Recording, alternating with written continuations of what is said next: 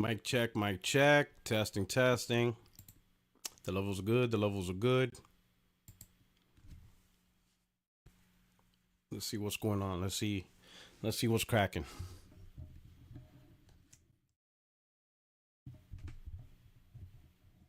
What's up, chat? We live? All right. I see the stream is in effect. Chat's going in.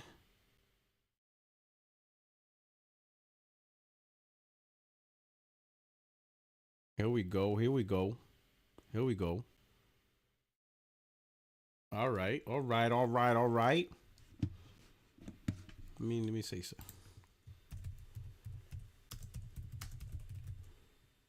Let me see. Let me type this.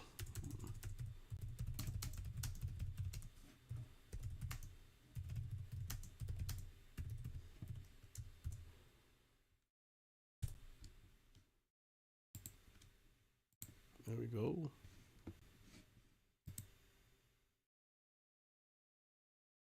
All right. Happy New Year's, everybody. Man, I hope you guys had a great holiday. Holiday celebration, Christmas, New Year's, whatever other holidays you celebrate, wherever you're at, whatever part of the world. Um, Pablo Mercado, he says, greetings from Ponce, Puerto Rico. What's up, pana? ¿Cómo está? Hangueando con el corrillo. What's up, man? Listen, first off, thank you so much. I hope you guys had a great holiday. With friends, family, gaming, just a good, peaceful holiday. Really hope everything went well for you guys.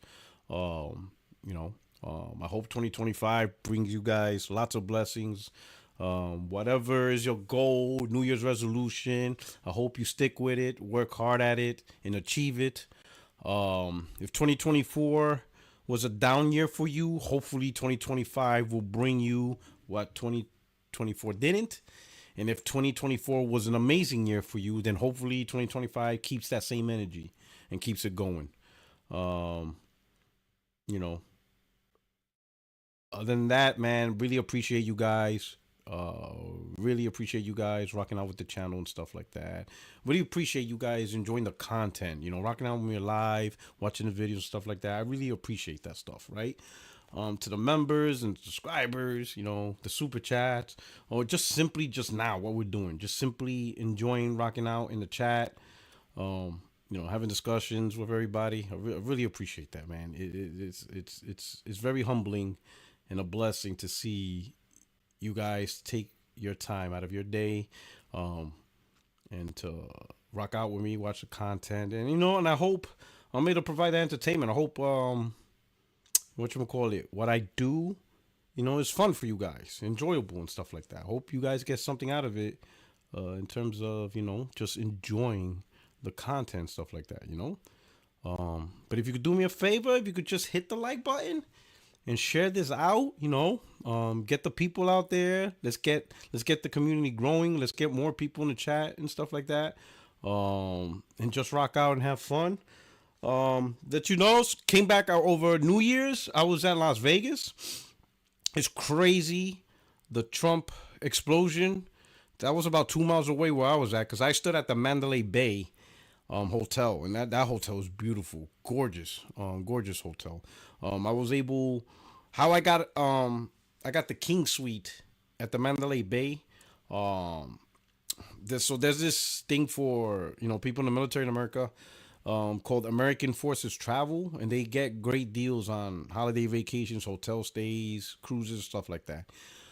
So around November, my wife's like, "Hey, since this is gonna be our last year in California, this is possibly the last time we'll ever have the opportunity, to do like a New Year's in Vegas. I mean, other opportunities might come, but it'll be more expensive given the fact that we're gonna move back to the East Coast. Flights, and it might be just more challenging.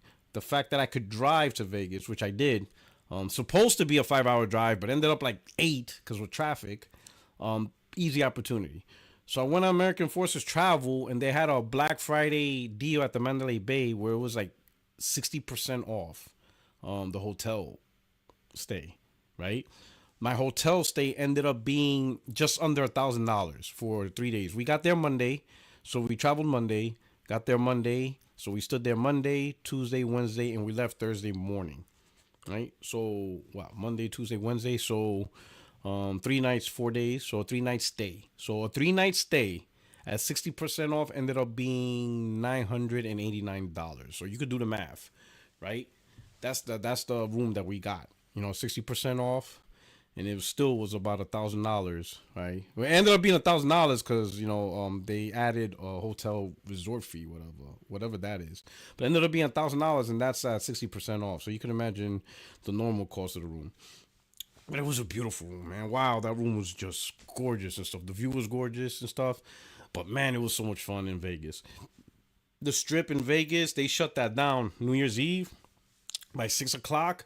No cars, and everybody's allowed to walk on the street, and it was packed. I think they projected 400,000 people would be walking the streets there, and I believe it. It was packed. And then at midnight, or like the countdown to New Year's, like if you ever been to Vegas, or if you look at a video in Vegas, you see the strips, you see all these big billboard signs just down the strips, right? When it came to the countdown, all the billboard signs started counting down at the same time. And then once the countdown to midnight hit for New Year's, every hotel that's on that strip, they just launched fireworks. Like the whole strip was just it was probably the biggest fireworks spectacle I ever seen. Like it was like literally like the strip is like a mile long, and it's like it's like holy cow. Every hotel had their firework display, and it was just incredible. It was incredible. I was like, wow, this was amazing and stuff like that. The one thing I do regret, and I should have paid attention, because we wanted to do like a rooftop party, but all the tickets were sold out. I should have paid attention to that. I should have looked out for tickets sooner. Um, so we weren't able to do like a rooftop party on that day. The day before we did a rooftop party, it was on the 30th. All right, and then obviously the day after, but we didn't do anything the day after in terms of that. But actual New Year's Eve that day, all the and the reason why we were able to do a rooftop party on the 30th is because it's walking, right? There was no tickets, whatever, stuff like that. Unless you want like a special reserved table, but all the rooftop parties, you just walk in, it's like a bar, or whatever, right? But on the 31st, everything was locked down by tickets, and they were all sold out. It was absolutely sold out, and then that was probably the one thing. It's a lesson learned.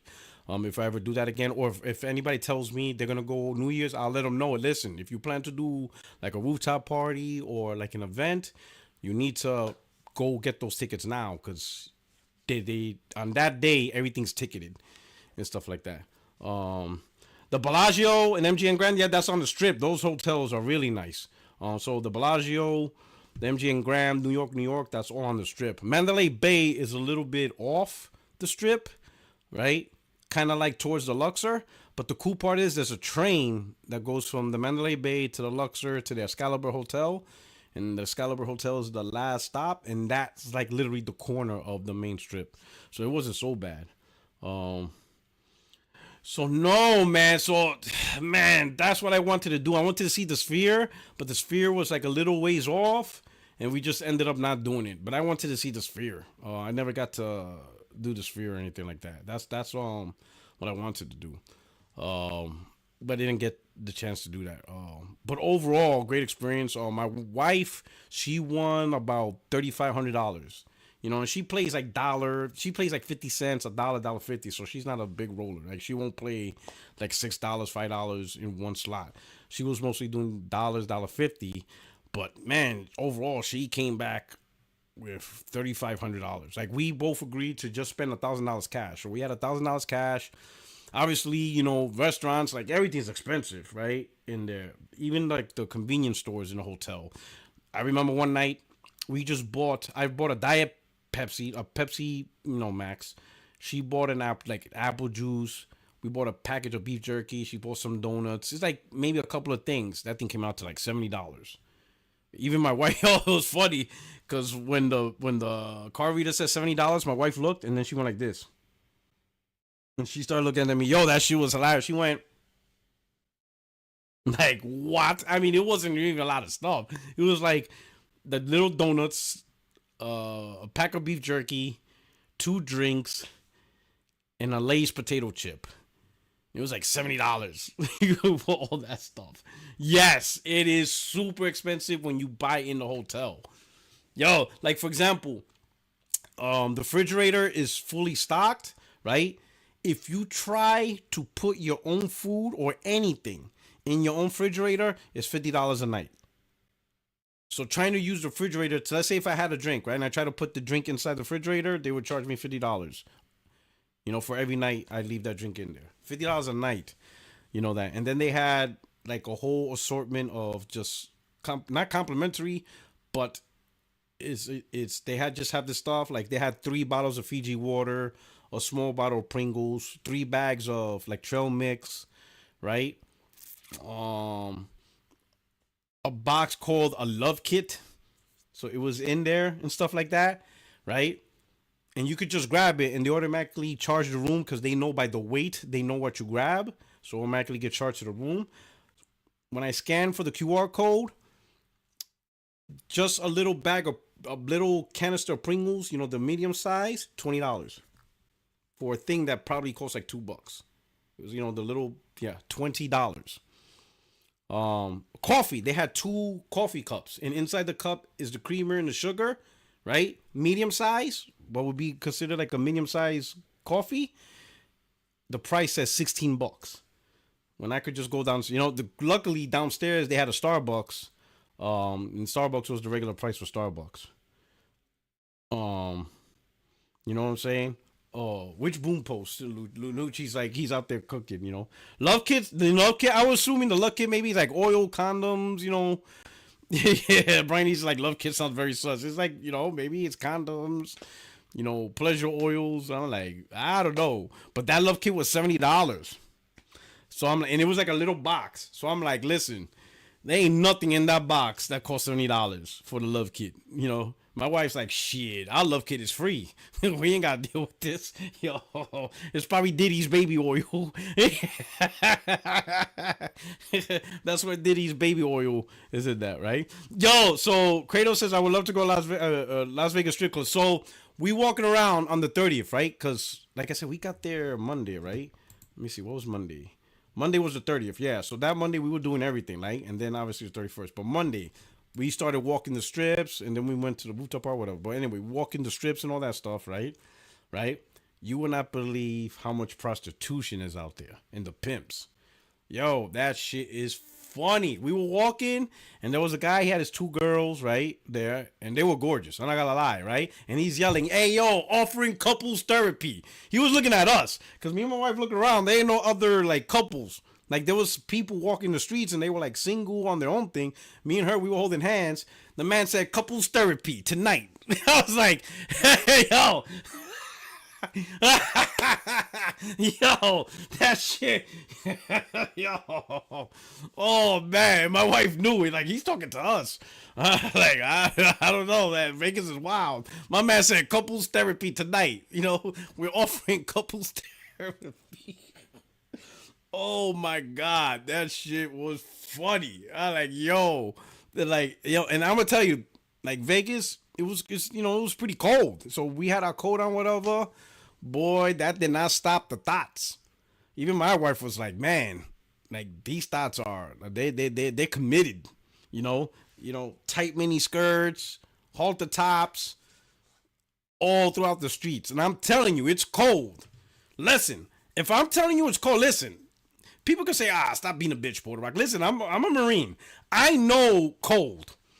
Okay? And I know how to handle cold when I need to handle it. I've been there, done that. I handled extreme heat. I handled freezing cold.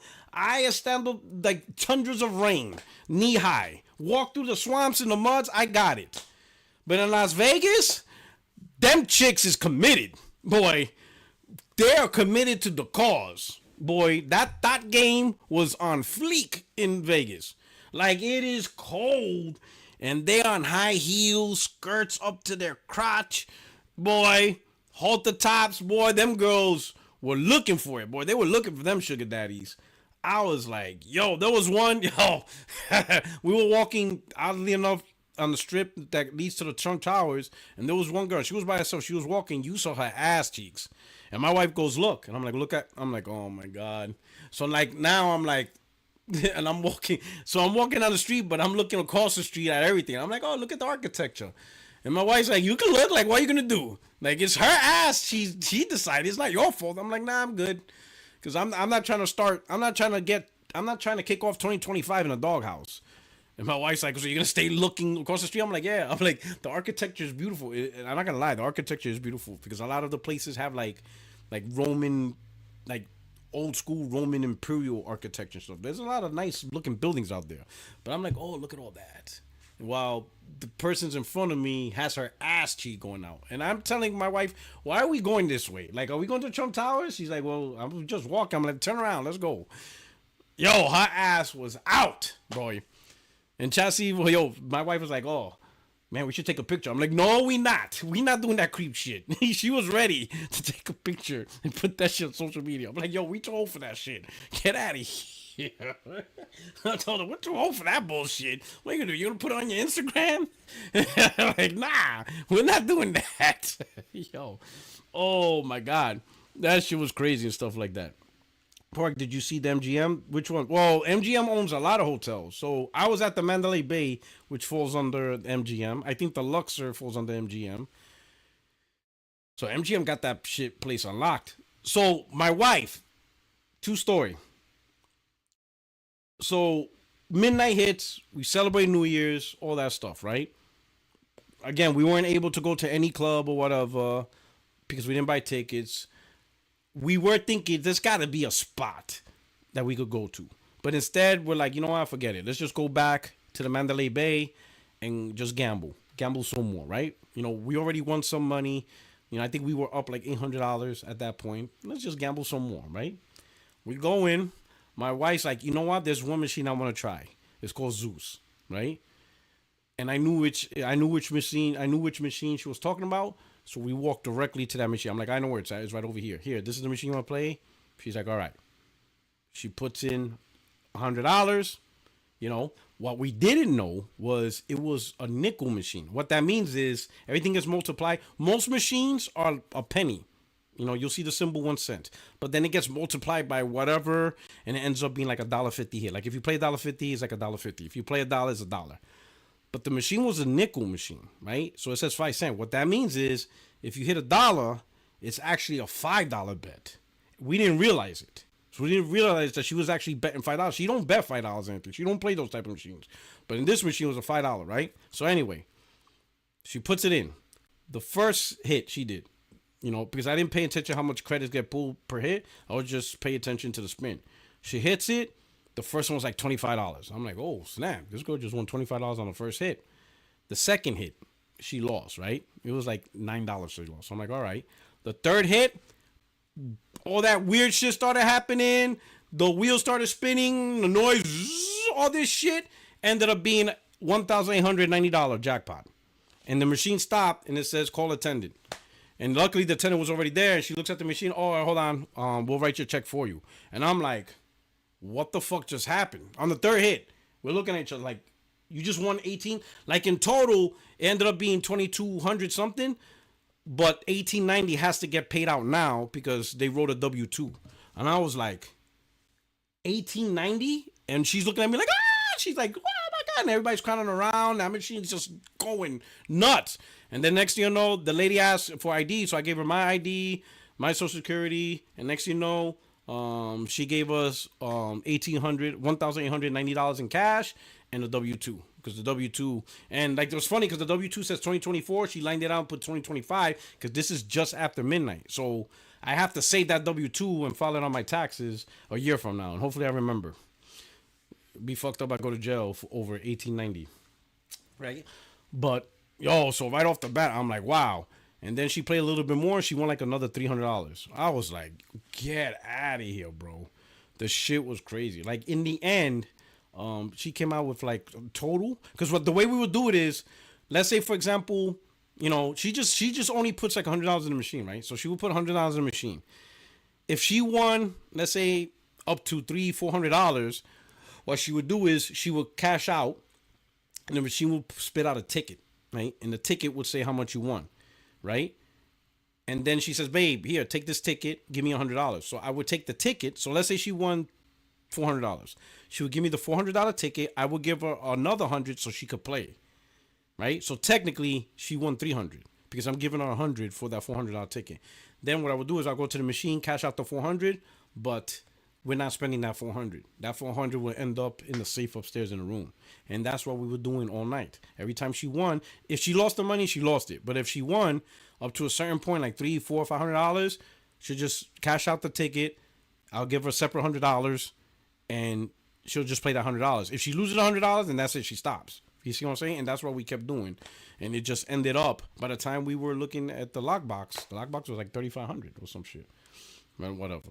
And I'm like, holy shit. We left Vegas with more money than we came in, right? Now, this is where, I already said, my wife's my soulmate, right? She's the absolute soulmate, right? Because in the hotel, she said, "Hey, babe, here, take 2,000.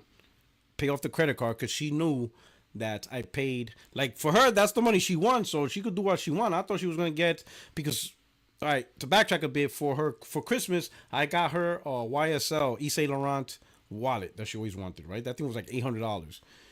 Women, let me ask y'all women something. Why do you want expensive ass wallets when you only carry around like $10? I know not a lot of women watch my thing, but for the few that do, y'all want like an $800 wallet and you carry like a stick of gum, lip gloss, and a $10 bill. Like, weird. But anyway, so I got her the Yves Saint Laurent wallet. Well, now she wants the matching purse, but that's a present for another day. But I thought because she won $3,500, oh, she could get her purse. But she says no.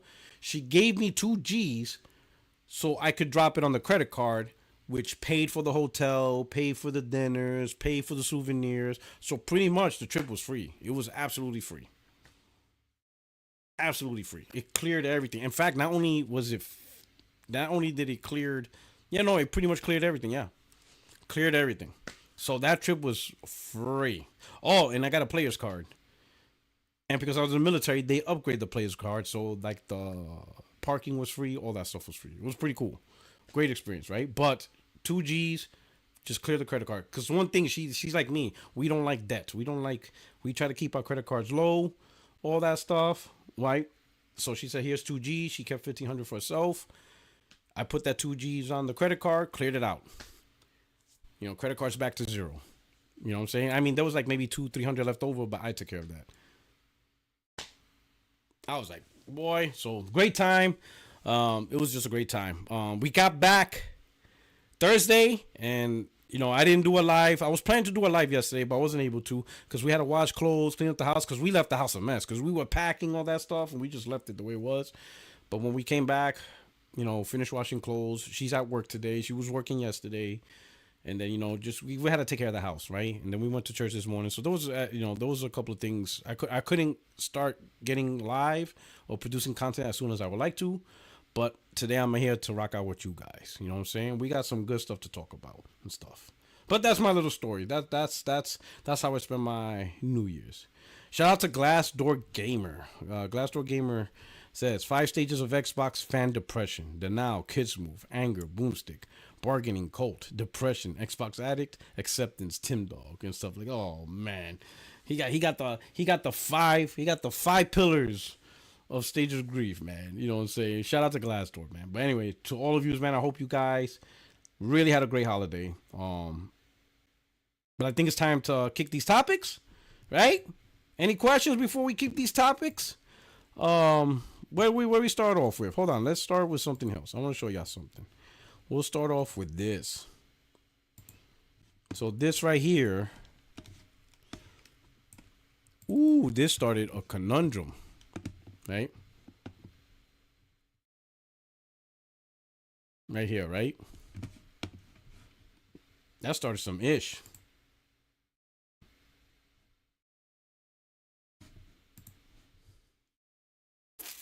Right? And this led to this. Let me see. Let me get it over here. This led to this. Paul Tassi writing an article. Paul Tassi's right on point. New estimates have PS5 beating Xbox over 521 in sales for November. That's some nasty work, boy. Boy, no way, boy. Boy, no way. That's ooh, that's diabolical. Diabolical. Yeah. 4 million, like around the world. 4 million consoles sold around the world compared to 767,000 consoles for Xbox. And I'm impressed with Switch. 1.7 million around the world when Switch 2's right around the corner. Switch 2's a beast. I mean, Switch is a beast. That ain't no lie.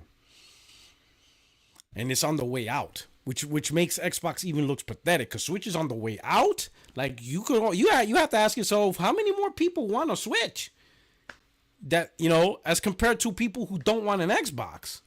That shit is wild. Like Switch 2's literally around the corner, and it's selling 1.7 million, while Xbox Series XS not even a million worldwide, not even 500,000 in the U.S. It's bad in North America. You can't even get 500,000 sales in November. That is diabolical, right? Absolutely diabolical. So what does this mean, right? Let me see. Like, it's check this out. Let's start. Let's look at some of the outrage. And I don't even know why some people are outraging. Let's start with this one. This one's funny. This one's crazy. Mr. Boomstick. He says, those are impressive numbers. Unfortunately for PlayStation, it won't remove the massive 400 million loss from Concord, the billions of wasted development in PSVR 2, and the terrible investment in Bungie for the whopping 3.6 billion. That is why the This is an Xbox campaign was started and why Xbox Game Studios will lead all software sales across all platforms and not need an actual console. But yeah, console sales. Okay, boom. You need an education once again. You need a reminder. So 2025, we starting with education, okay? All right. Those are absolutely impressive numbers. And what that means is PlayStation continues to further entrench their dominance in the console market, which means gamers in the console markets that buy games, that buy the Call of Duty, that buy the Hogwarts Legacy, that plays the Fortnites, that plays the Maddens, the football clubs, Street Fighters, the Mortal Kombats, the Warframes, Minecraft. What else? Chat, list all the games. Come on, let's have fun with this. List everything. Let's list everything. The Elden Rings. What else? What else we got? Like Assassin's Creed, right? College football, right? Grand Theft Auto 6 that's coming up, right? Marvel Rivals, Wukong, right? Think of all the games, boom, that are coming out. And gamers within the console market, what platform are they most likely playing those games on? The majority of console gamers. Well, at this point, you could pretty much say PlayStation pretty much is the definitive console for the console market. Because who else is there? Nintendo doesn't get majority of these games because they focus on their own ecosystem and they just put enough power. They only worry about their games. They don't really care if third party is able to capitalize on their hardware. Then they're not making decisions. At least with the Switch, they didn't make a decision that considered third party. So that way you could put Grand Theft Auto 6. You could put Assassin's Creed. You could put Black Myth Wukong. They didn't make those decisions, right? So really, it's between PlayStation and Xbox for the 30% cut on all these games across the industry. And PlayStation is grabbing the lion's share of all those third-party games and all that content, all that money transaction. Xbox is not. You understand? What Boom is bragging about is software sales from their own content, from their own developers, right? From the ABK, Bethesda, Halo Game Studios, their own stuff, right? But when you start looking at stuff like that, you're no longer talking about the console market. and providing a market store place for the console so that way gamers can buy stuff through your console because that's your storefront.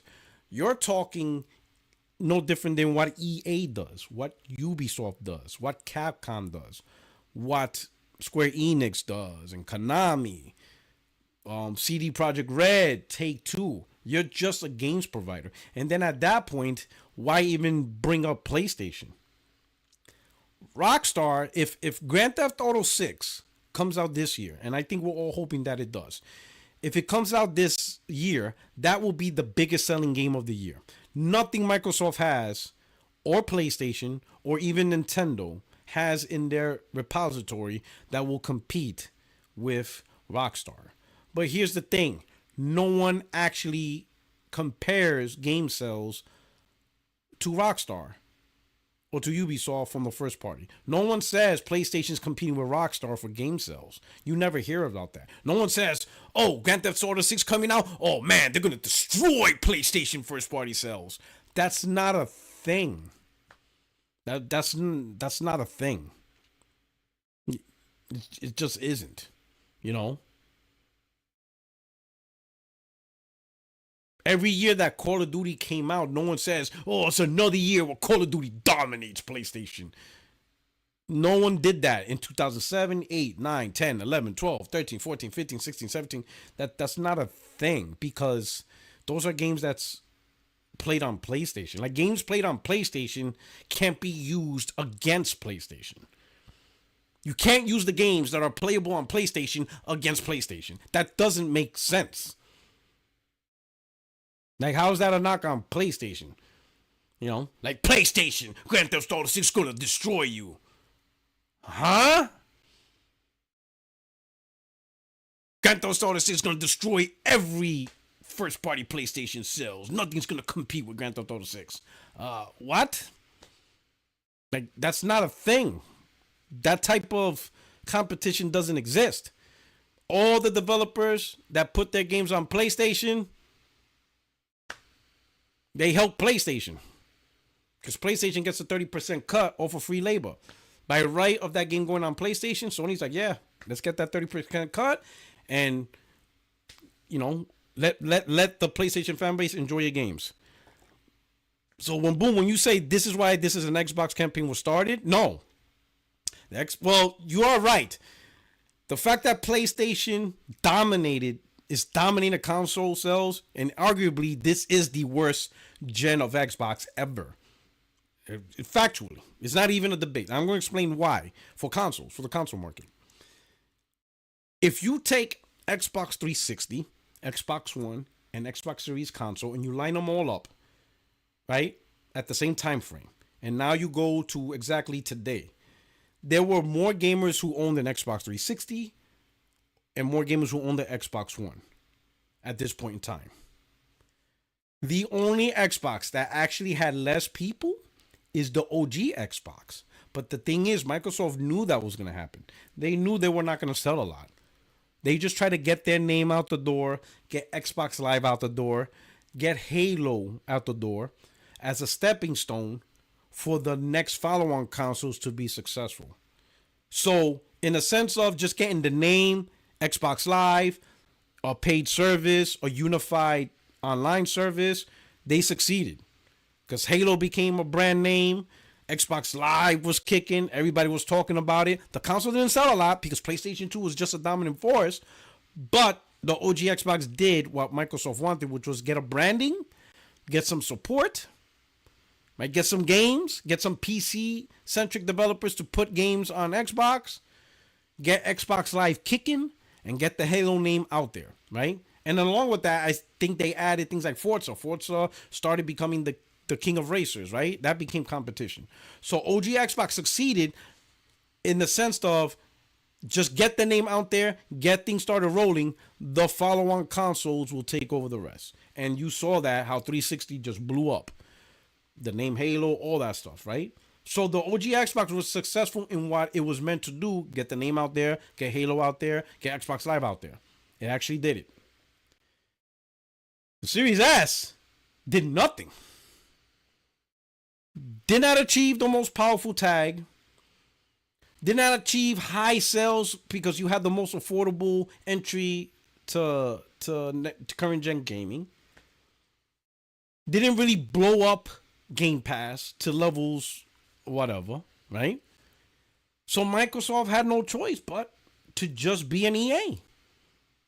Just be a Ubisoft. Just be a Capcom. Just be a Sega. Just make games and just put it on every platform that gamers are actually buying and playing on. They're actually buying, they're actually on PC. So there you go, put it on PC, right?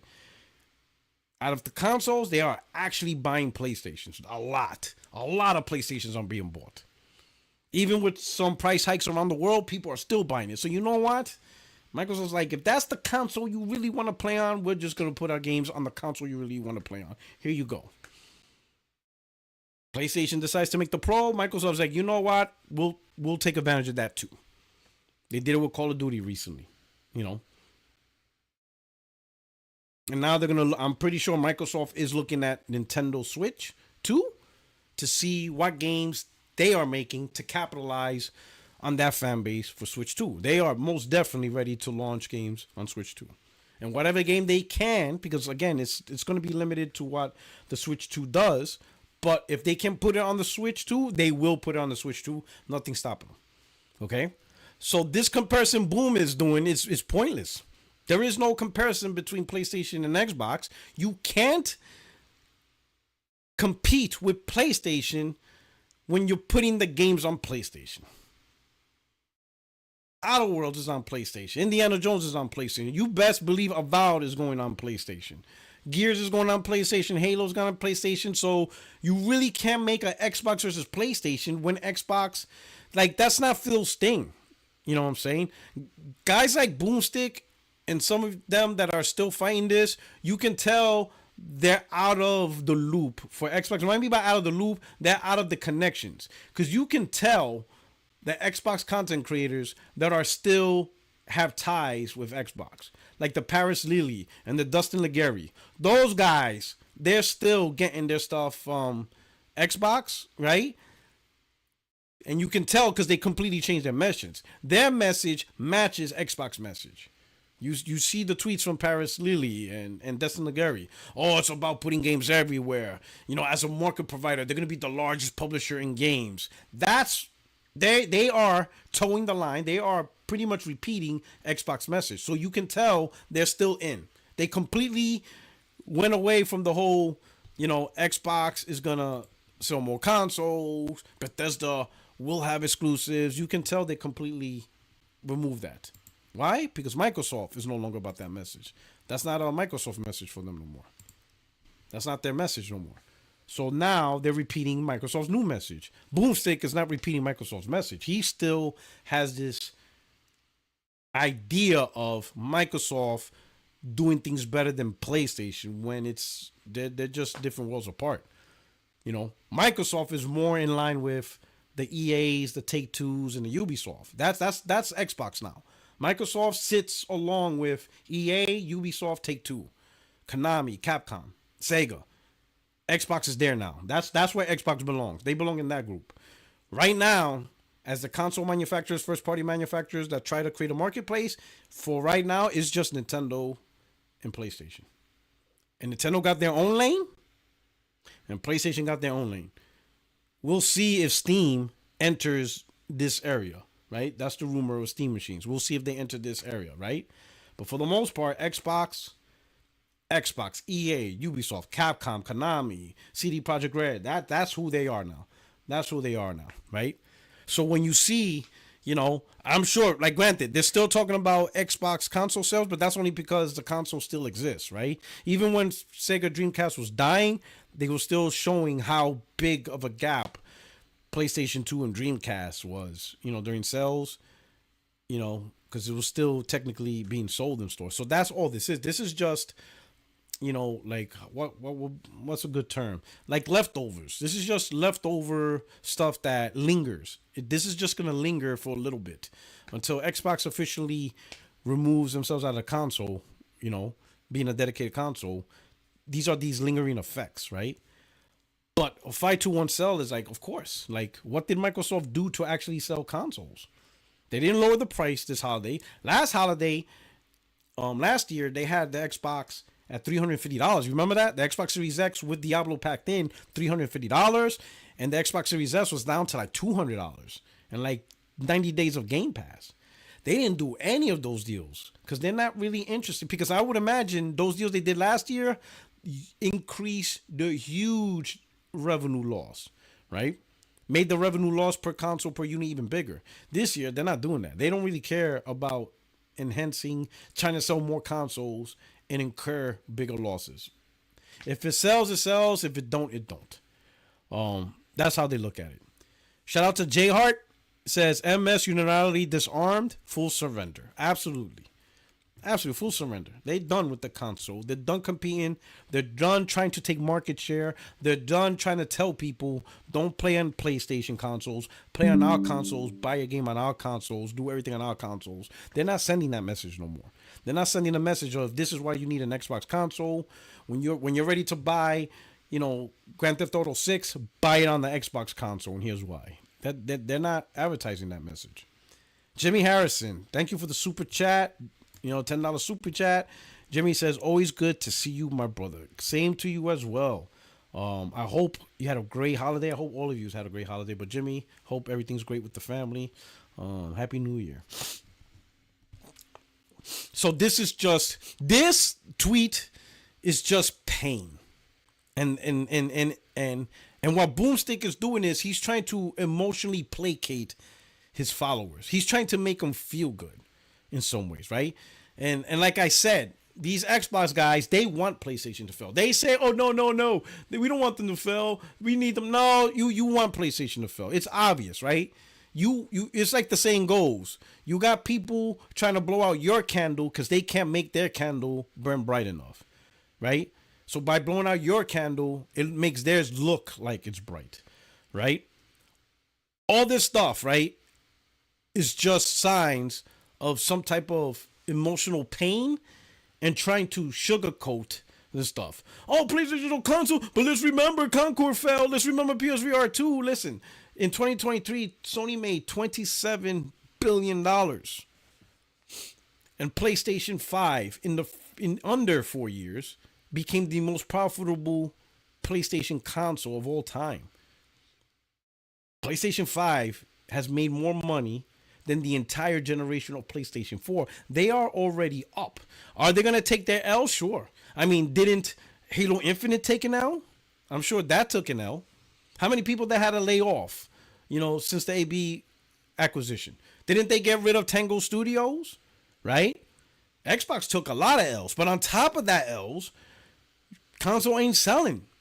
So Microsoft hasn't established this market to where they're getting 30% cut on a lot of games, because a lot of those games aren't being bought on the Xbox console. Hogwarts doesn't have a lot of sales on Xbox. The Assassin's Creeds, the Maddens, the college footballs, not a lot of sales. Street Fighters and Mortal Kombats and Tekkens. You don't even got Black Myth Wukong at all. And we're going to talk about that. There's a lot of games. There's a lot of people not playing on Xbox. You don't got your lion's share of Fortnite gamers and all that money transactions from Fortnite, Apex Legends. Hell, from what I'm told, Microsoft lost people in Roblox. Because remember, Roblox wasn't on PlayStation. But the moment Roblox went on PlayStation, apparently some people stopped playing Xbox because that was really the only thing they had an Xbox for. Was because of Roblox. I didn't realize how many kids, and stuff like that, and people who enjoy Roblox literally kept their Xbox because of Roblox while they played everything else on their PlayStation. And as soon as Roblox went to PlayStation, they said, I don't need an Xbox no more. It was literally a Roblox machine. That's it. I was surprised on how, on the people who played Xbox for Roblox. And now that's gone. And they got rid of it. Play Roblox on PlayStation and everything else. Pretty crazy, Hold on, let me look at some other stuff, right? Give me a second.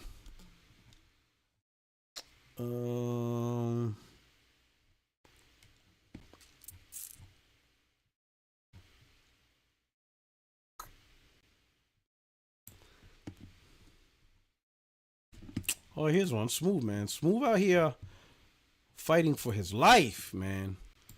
This guy, I give him a man. He's the best bot. He will die. Smooth. Let me tell you something. Smooth is these dudes. I'm gonna show you now. I'm gonna show you who Smooth is.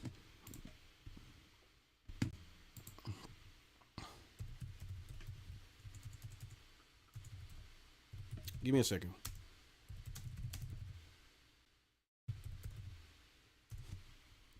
Smooth is these dudes.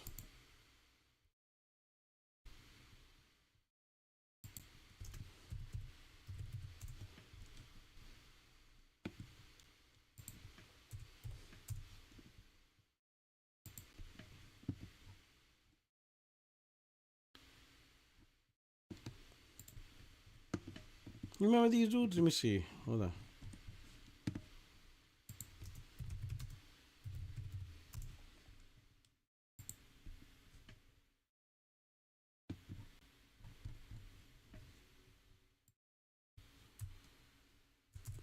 Give me 1 second.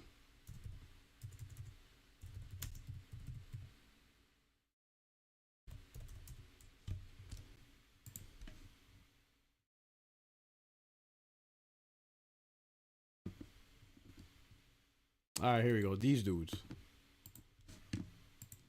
This is who Smooth reminds me of. If you know, you know.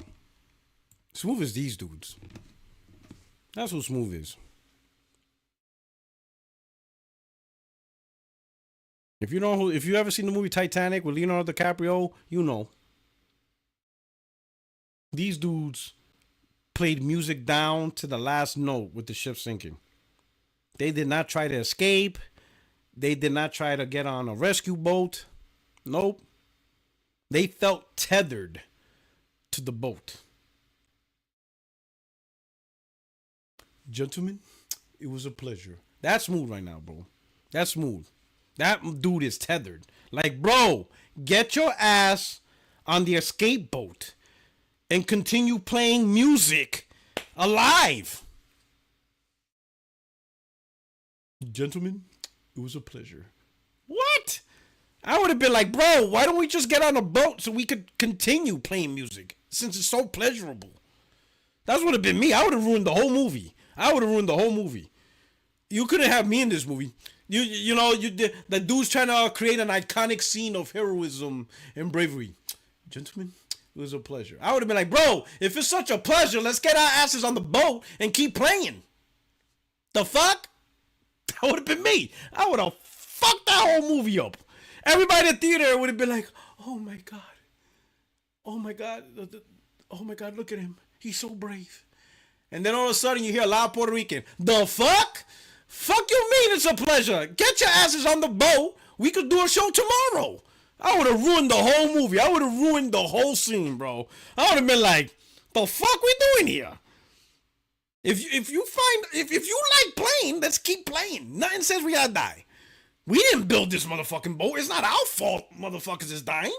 We're just a symphony. Well, listen, we getting paid 2 nickels because it's like 1918. They got paid a dime that they all have to split. Bro, we just got paid a dime that we have to split 5 ways. Nothing says we gotta die with this boat. That's not part of the contract. So let's grab our shit. Hey, people, laters, catch us at whatchamacallit, at the Apollo. We're playing at the Apollo Saturday night. Like, what the fuck? What the fuck we talking about here? Let the captain's dumbass die. That's his job. We out. Pack your shit. We out. I would have ruined the whole movie. That movie would have been destroyed. And stuff like that. Crazy. I'm just saying, but this is Smooth. Smooth singing with the ship, and I'm like, we're going to talk about it, right? But right here, let's go right here. SNK, Happy New Year, PR77. Did Cassie hit you up yet? So she, real quick, she did a live. So she did one of her Thursday live thing, and she pretty much repeated. But in that live, she pretty much admitted that she changed the parameters of the bet. She literally said in her live, what she wanted was for me to fully embrace PC gaming and I'm paraphrasing, but to embrace PC gaming and forego everything console to earn $1,000, which is completely new parameter. Like the parameter of you're not gonna leave PlayStation if they go day and date to play on PC went from that to like forego all console and embrace the trinity of PC. Like, so she literally said on a live, I'm like, oh, okay. She literally admitted it. So the way I see it, case closed. She did it on her live, so I didn't have to do a response. She literally said what she wanted. She wanted me to just completely embrace PC games and forego everything else for a year to earn $1,000. And like that's not the conversation we had.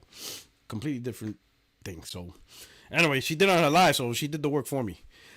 But shout out to you, SNK. Thank you for the super chat.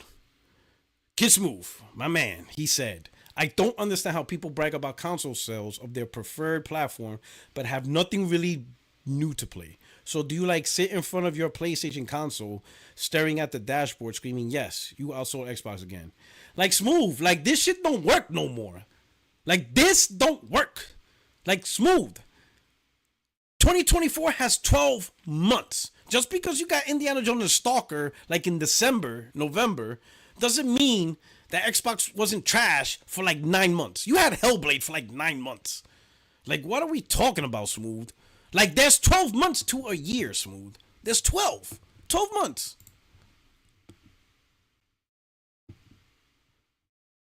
I made a reply to Smooth. Well, hell, I even did it in this thread right here. I replied with this. All year long on PlayStation, and this was just on top of my head, right? There's other stuff people mentioned, but off the top of my head, Helldivers 2, not on Xbox. Grand Blue Fantasy, not on Xbox. Rise of Ronin, not on Xbox. Stellar Blade, not on Xbox. Final Fantasy Rebirth. Black Myth Wukong. Silent Hill 2, Astrobot.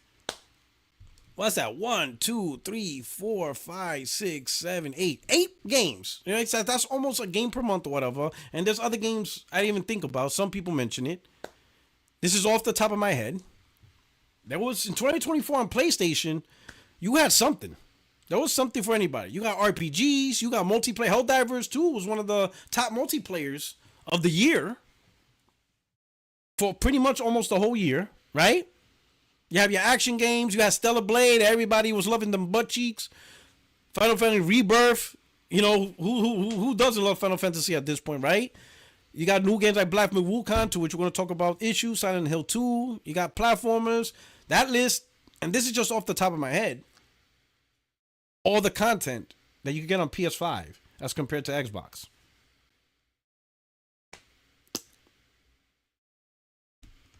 But he wants to type this nonsensical thing out.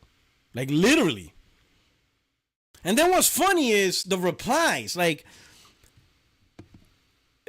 this guy, Tainted, says list of multi-platform games. Okay. And I'm like, wait, hold on. So I reply, if you want to go, it's on PC, every single Xbox game is they want PC. So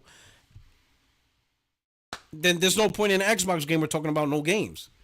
Like, what are we talking about here? You know what I'm saying? This guy, he added to the list. Like I said, I just named games off the top of my head. This guy said Ultros, not on Xbox. Pacific Drive, not on Xbox. Gamblu versus Rising. Yeah, that was a fighting one. Not on Xbox. Railstar, not on Xbox. Senseless Zone Zero, not on Xbox. The Legend of Heroes, Daybreak, not on Xbox. Gundam Breaker 4, not on Xbox. Infinity Nikki, like, these are more like niche, smaller titles, I guess. Some I think is huge. Like Honkai Railstar, I guess, is huge, I guess. Like more in Asia. But if you look at the games on PlayStation as a console gamer and Xbox gamer, there are more games, more titles that came out for PlayStation down Xbox. Off the rip. It's absolutely insane, right? And then to Adibs, he added more context. He says, one of the reasons the PS5 is outselling Xbox so drastically is because it has more new console exclusives for people to play. 9 of these exclusives will have charted in 2024, which is a lot for a single year. Spider-Man 2 was charting throughout the year too. So a lot of these games here charted on whether it's in Europe, US, Famitsu combined. which is a pretty big, you know, thing, right? And if it charted, that means a gamer bought it. And if a gamer bought it, it's because they want to play it. It's not hard to tie things together, right? So Smooth, and this is where I think Smooth really messed up. Because once again, he says, you didn't answer the question, trying to figure out why y'all brag about sales. So this is where Smooth really messed up, because the receipts are there, right? Hold on, let me go back. Let me go back here. View quotes. Oh yeah, right here. Look at the receipts. Red Dragon. Sir, we have receipts. The only reason you stopped bragging about Xbox sales was because you have to go back several years to find a time when they actually were selling. How do you sell less than Xbox One? So Smooth out here trying to criticize people for bragging about sales.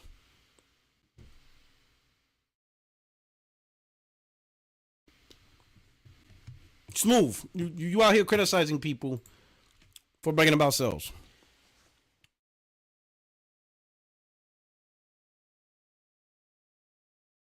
Smooth.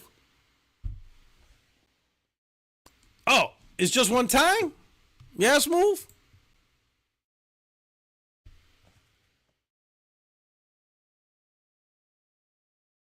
Smooth.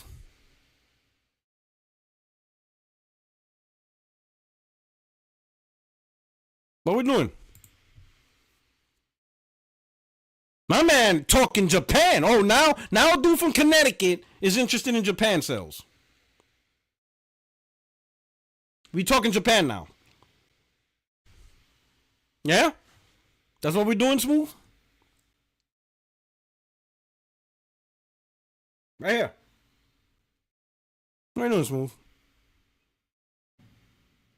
Oh, Xbox outsells PS4 4 months in a row and it won't stop. So even last gen, you were about them. So what's going on, Smooth? Smooth, we need answers. You need to answer on these. You ain't defeating the charges. You ain't beating these charges, Smooth. Why are you making fun of people for console sales when you out here doing this? Even last gen. What are we doing, Smooth? Huh? What are we doing? So you enjoyed Xbox 2-1.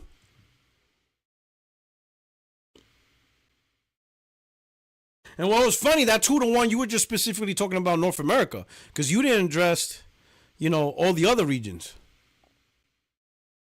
that PS5 is selling in this image. Because in this image, Xbox Series X was outselling PS5 2-1. But you saw, was it European Union, Japan, and then, that's European on the other end. Come on, bro. What are we doing?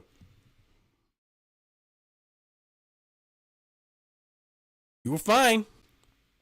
It was all good. Come on, Smooth. What are we doing here, man? What are we doing here? Like, this is just wild, bro. You out here mad that PlayStation's outselling Xbox.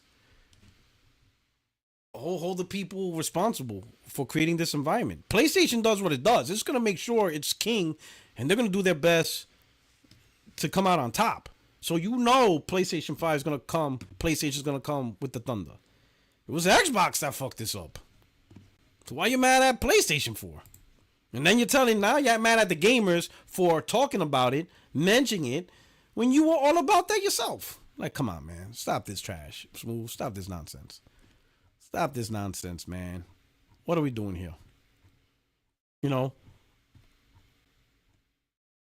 Here's the thing, right? Microsoft did a terrible job. They had a strategy, right? They had a strategy, and it just didn't work out. Let's all agree with that, okay? That two-pronged strategy was a disaster. And I'm going to tell you why. Because all they did was create hardware just for the sake of creating hardware, but they didn't put effort to create a plan that really tells people buy this hardware. And that's primarily through exclusives, right? Even if it's just timed on the Xbox and later on PC, something to give those consoles a unique identity. Microsoft just bet the bank on power. They thought things like mesh shaders and VRS and what's that shit called? Fucking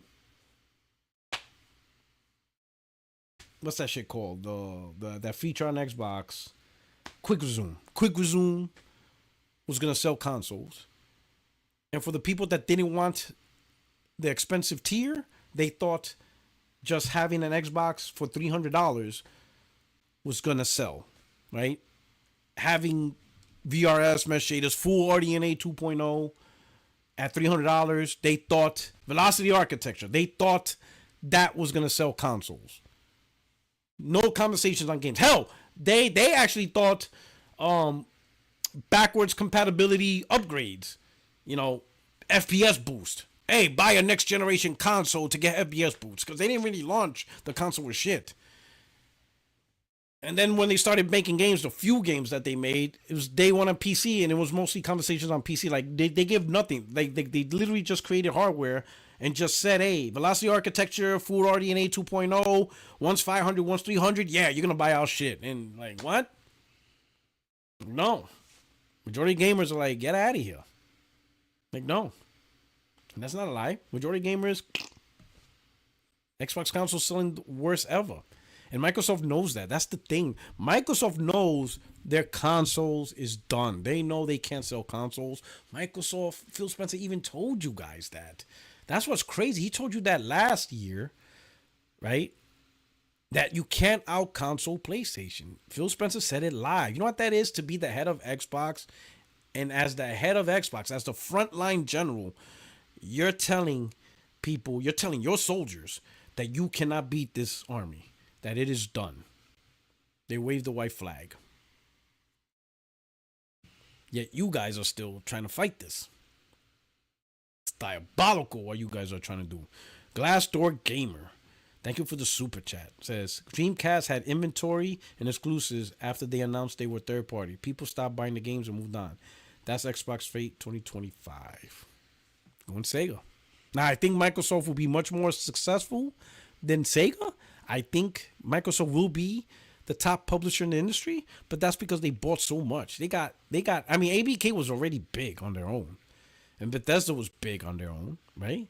So when you combine them and then you add them to what Microsoft purchased is huge, right? So as a third party, they'll be very successful, but it's as third party. And I don't understand why Xbox gamers are upset. Like, especially at PlayStation fans. Why the hell are you mad at PlayStation gamers for? Like, it's like, sure, we're talking shit. PlayStation fanboys talk shit. But the decision was really made by Xbox. They're the ones that really punted this into the stand. It's not like we are on the board of directors and we purposely sabotage Xbox. Like, that's not us. Like what's going on here? Like, how are we the bad guys in this situation? Like, yo, that's crazy. What should we talk about next?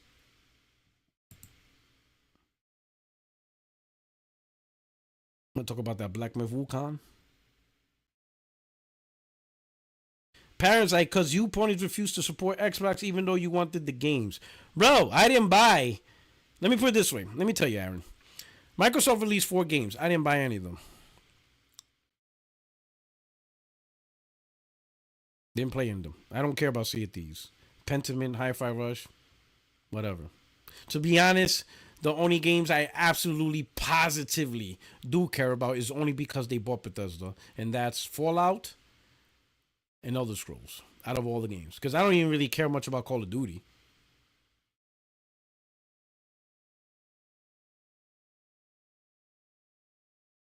You know? And I would say a lot of the games Xbox will come out The ones that will probably sell well on PlayStation are the ones Microsoft outright bought because they were always successful, which is Call of Duty. Obviously, Call of Duty's always been successful. Doom, Fallout, Elder Scrolls, but these are games PlayStation gamers bought Bethesda and ABK games, right? But Outer Worlds might be all right, you know. But that was already on PlayStation though, so you can't even say that. I mean, I'll be honest.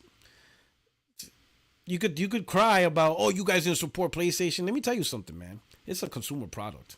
In fact, I never liked that word support. I don't. I Some of you's been on my channel for a while. You know I don't use that word. I don't say support the devs or support the console on any brand. Support your family. Support your kids. Support your parents. PlayStation, Nintendo, Xbox, they're consumer products. Does the consumer product do what you want? If yes, buy it. If no, don't buy it. I mean, do we say support McDonald's when you buy a Big Mac?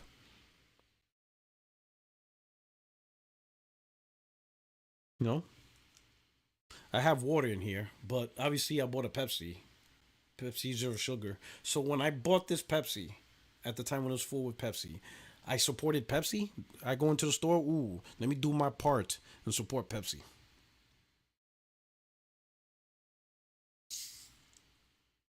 When I bought these beats, did I say, hey, I'm going to put in my money to support Beats? Because that's what I'm going to do. When I bought the iPhone, do we say, oh, I'm going to support Apple? I'm going to do my part. I'm going to make sure I line Apple's pockets. No, it's simple. If you're a consumer product and I like the product and the product's doing what I want, buy the product. You get what you want. Sure, the company's going to get your money, but you're getting what you want for the product.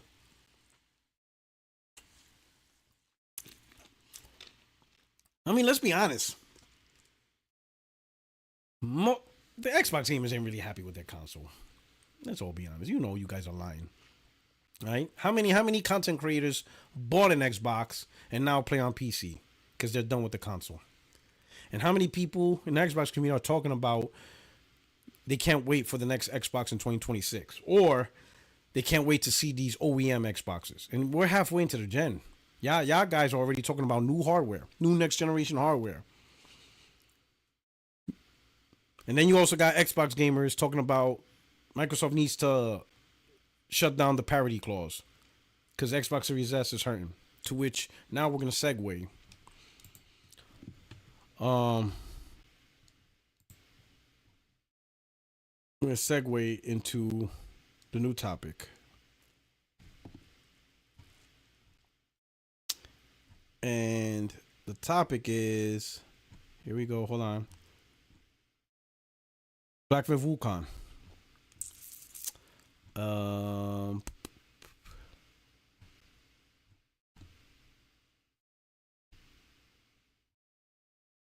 So the developers of Black Myth Wukong, one of the developer, said that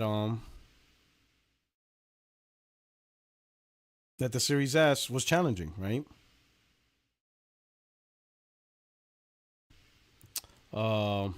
And because of the limited amount of RAM the console has, that was one of the main problems of getting the game on Xbox.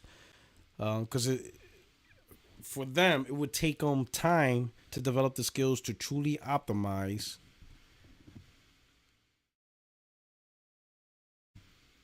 their game to get it run on Xbox Series S, right?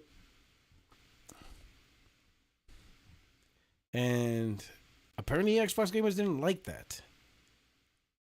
Okay. Some Now get are even using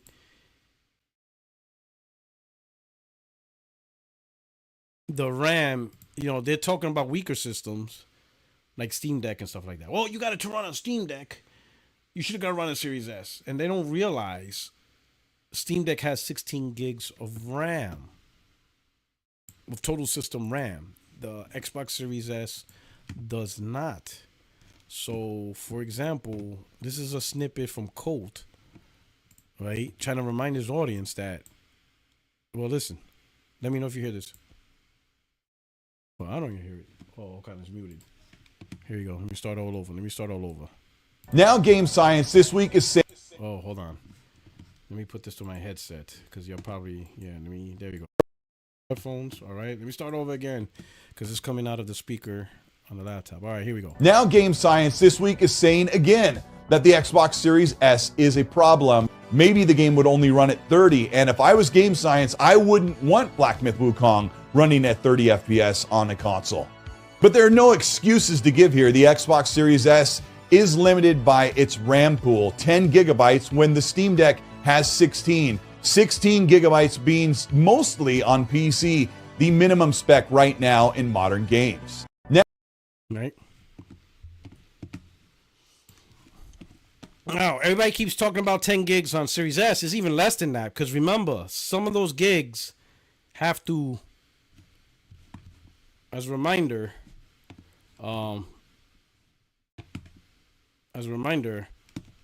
has to be, part of it has to go towards the system OS and quick resume. So you're talking at least 2 gigs being dedicated. So really, developers only have access at most 8 gigs for their games. So it's not the full 10 gigs because you got system OS and quick resume. So at least 2 gigs minimum for those functions. So at the most 8 gigs, you know. So let's say we'll use PlayStation and we'll use Xbox Series X. Xbox Series X got 16 gigs in the weird configuration because it's also split pool. They have 10 gigs of fast memory, like 506 gigs or something like that. And then 6 gigs with slow bandwidth, like 336, right? Something like that, right? 336 gigs, right? But in total, they still have access to a total of 16 gigs. Subtract 2 for system, OS, functionality, and quick resume. So developers have access to 14 gigs. You look on the PlayStation. PlayStation has a unified 16 gig architecture. You subtract 2, they also have 14 gigs on the PlayStation.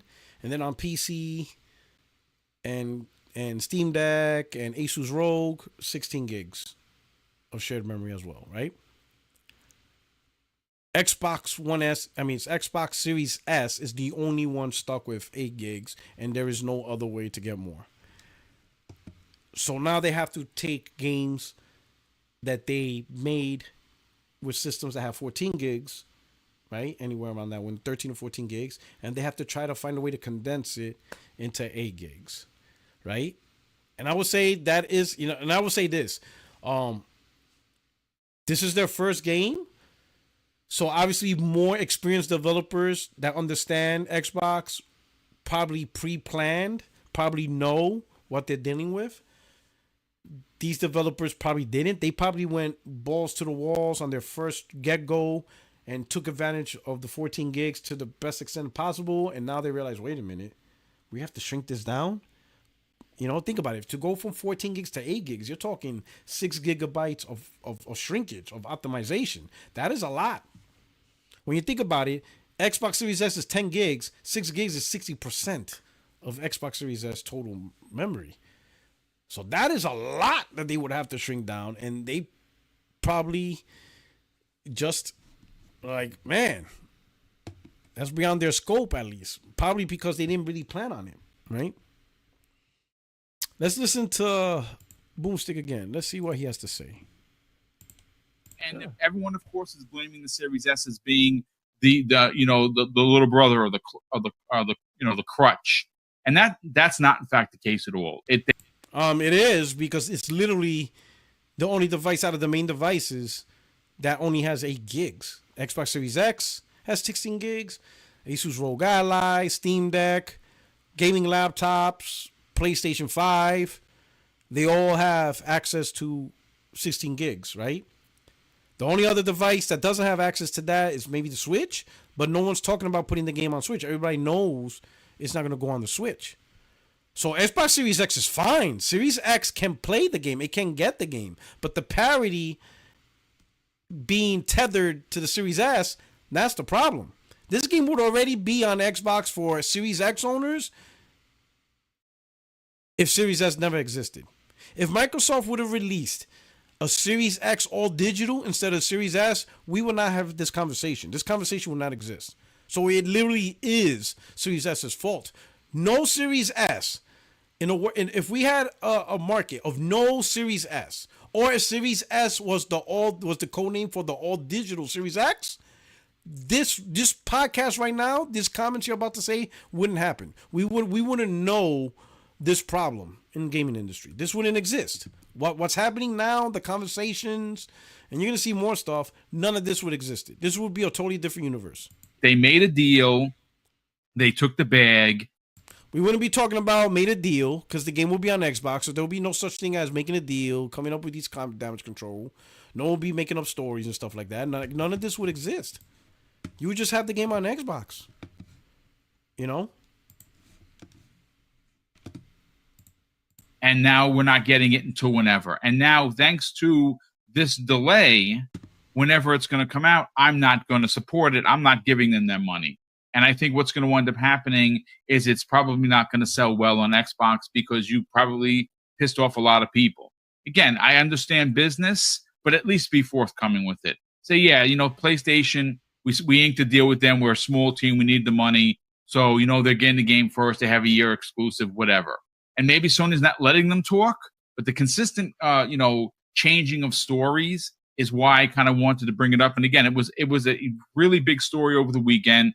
And obviously, here we are. We were off yesterday because of the new year. I wanted to get into it and see. I'm glad that you are with me in the same camp that you have decided that you're not going to buy the game. I'm not. If they're not going to support me as a customer or a fan, well, then I'm not going to support them. And that's how it should be. Vote with your wallets, ladies and gentlemen. But I mean, when we have the PC, so it's not like I couldn't have bought it and played it on PC. The best way that they have it. Indeed. It's just like I can't support a studio like that who's going to come out here and be full of shit. You know what I'm saying? Like, that's just. Yep. All right, let me ask you, to these two guys. If it was truly a marketing deal, then why would the developer even bring up technical conversations? Why would that even be a topic?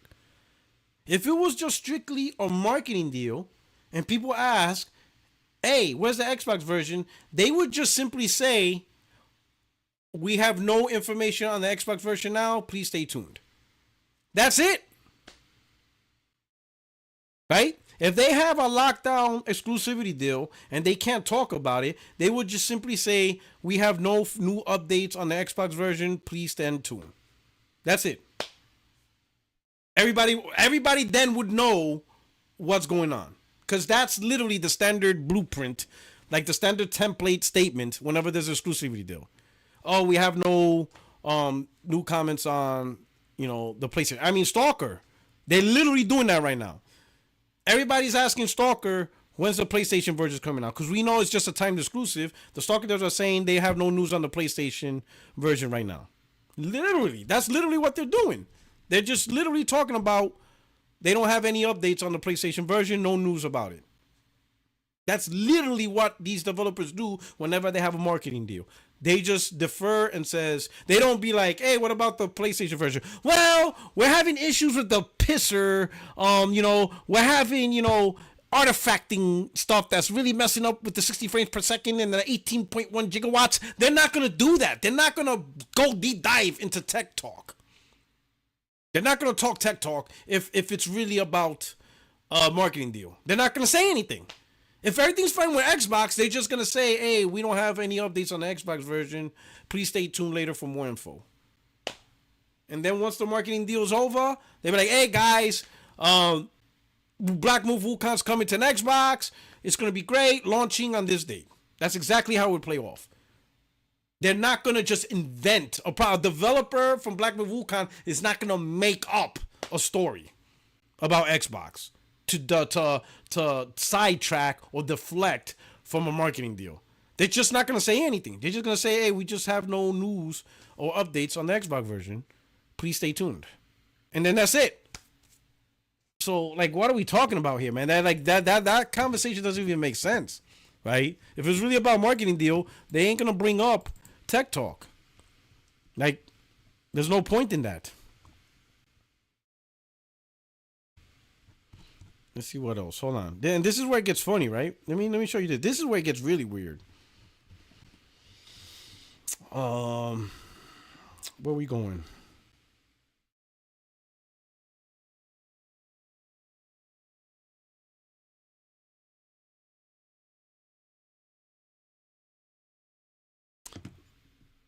Like, look at this weird, right? The developer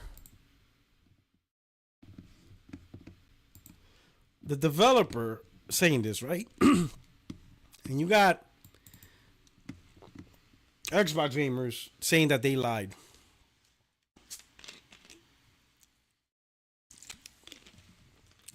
Why would Black Myth Wukong developers lie? Like, what do they get out of this? Again. And then what's even funnier is PlayStation fanboys that blame the Xbox Series S over Black Myth Wukong. Not the developer who's making the game. It's us. It's us. It's PlayStation fanboys, PlayStation fans. We're the ones doing this. It's not the developer himself who's making the game himself, who's talking about the game himself. Holy shit, I'm telling you, bro. PlayStation community got clout, bro. When the developer speaks and the first thing in your head is PlayStation fanboys, like, holy shit. Like, wow, bro. Like, that's just wild, bro. That is crazy. That's some wild shit right there. Like, yo.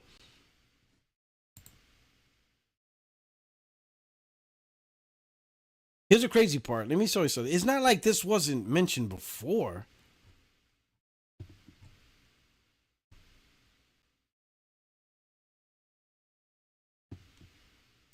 Like, let's listen to this right here. Let me put this up here. Demanding. Let's listen to this. Do you think Microsoft having this kind of in-between model and then demanding that features be equal across both is kind of holding back development of games, and we're not truly going to get that next gen until Series S is left behind? But they're not going to leave Series S behind. But they're not going to. They're not going to do that. So that basically means that you know what you're going to be able to do on the Xbox Series. At the same time, it makes it challenging to develop it for that platform. And there's other platforms.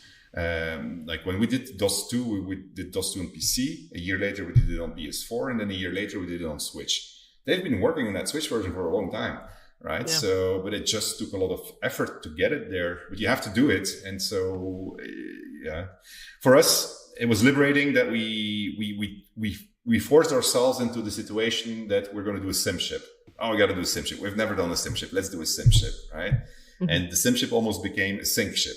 In the sense that, to answer your question, we're going to get there. It's just going to take some time. Do I think that it holds it back? Just defines certain parameters within which you have to develop, and there's ways of doing that. It just takes development effort, and that effort, despite us having grown, we don't have infinite resources. Bunch of ponies, all of yous. Talking like ponies.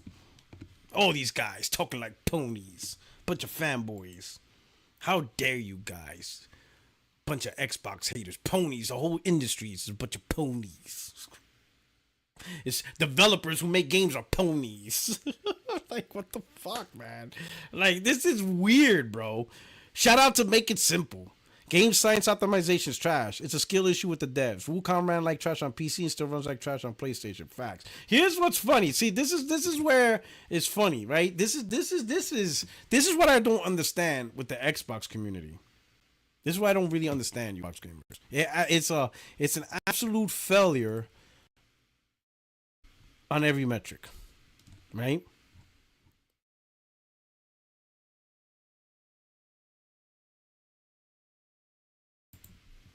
Let me show this other tweet. Smooth again, bro. Wow, Smooth is on doing overtime, bro. My man, he's on demon time. This man will not relent. Red Gaming Tech says, I'm curious, do people think Microsoft should nuke the parity clause for Xbox Series S? I can see a lot of Series S owners being super pissed if they did, but also will understand Xbox Series X owners feeling frustrated too. In the days we're anticipating an Xbox One, PS4, 2013 power equivalent Switch 2 to release in the growing interest, Steam Decks in Rogue Allies, portable potatoes, Xbox Series X exists somehow a sin. All right, let me address this and then I'm going to finish off, right? But shout out to Glassdoor Gamer. He says, wait until they realize devs skip out on xCloud. Oh, snap.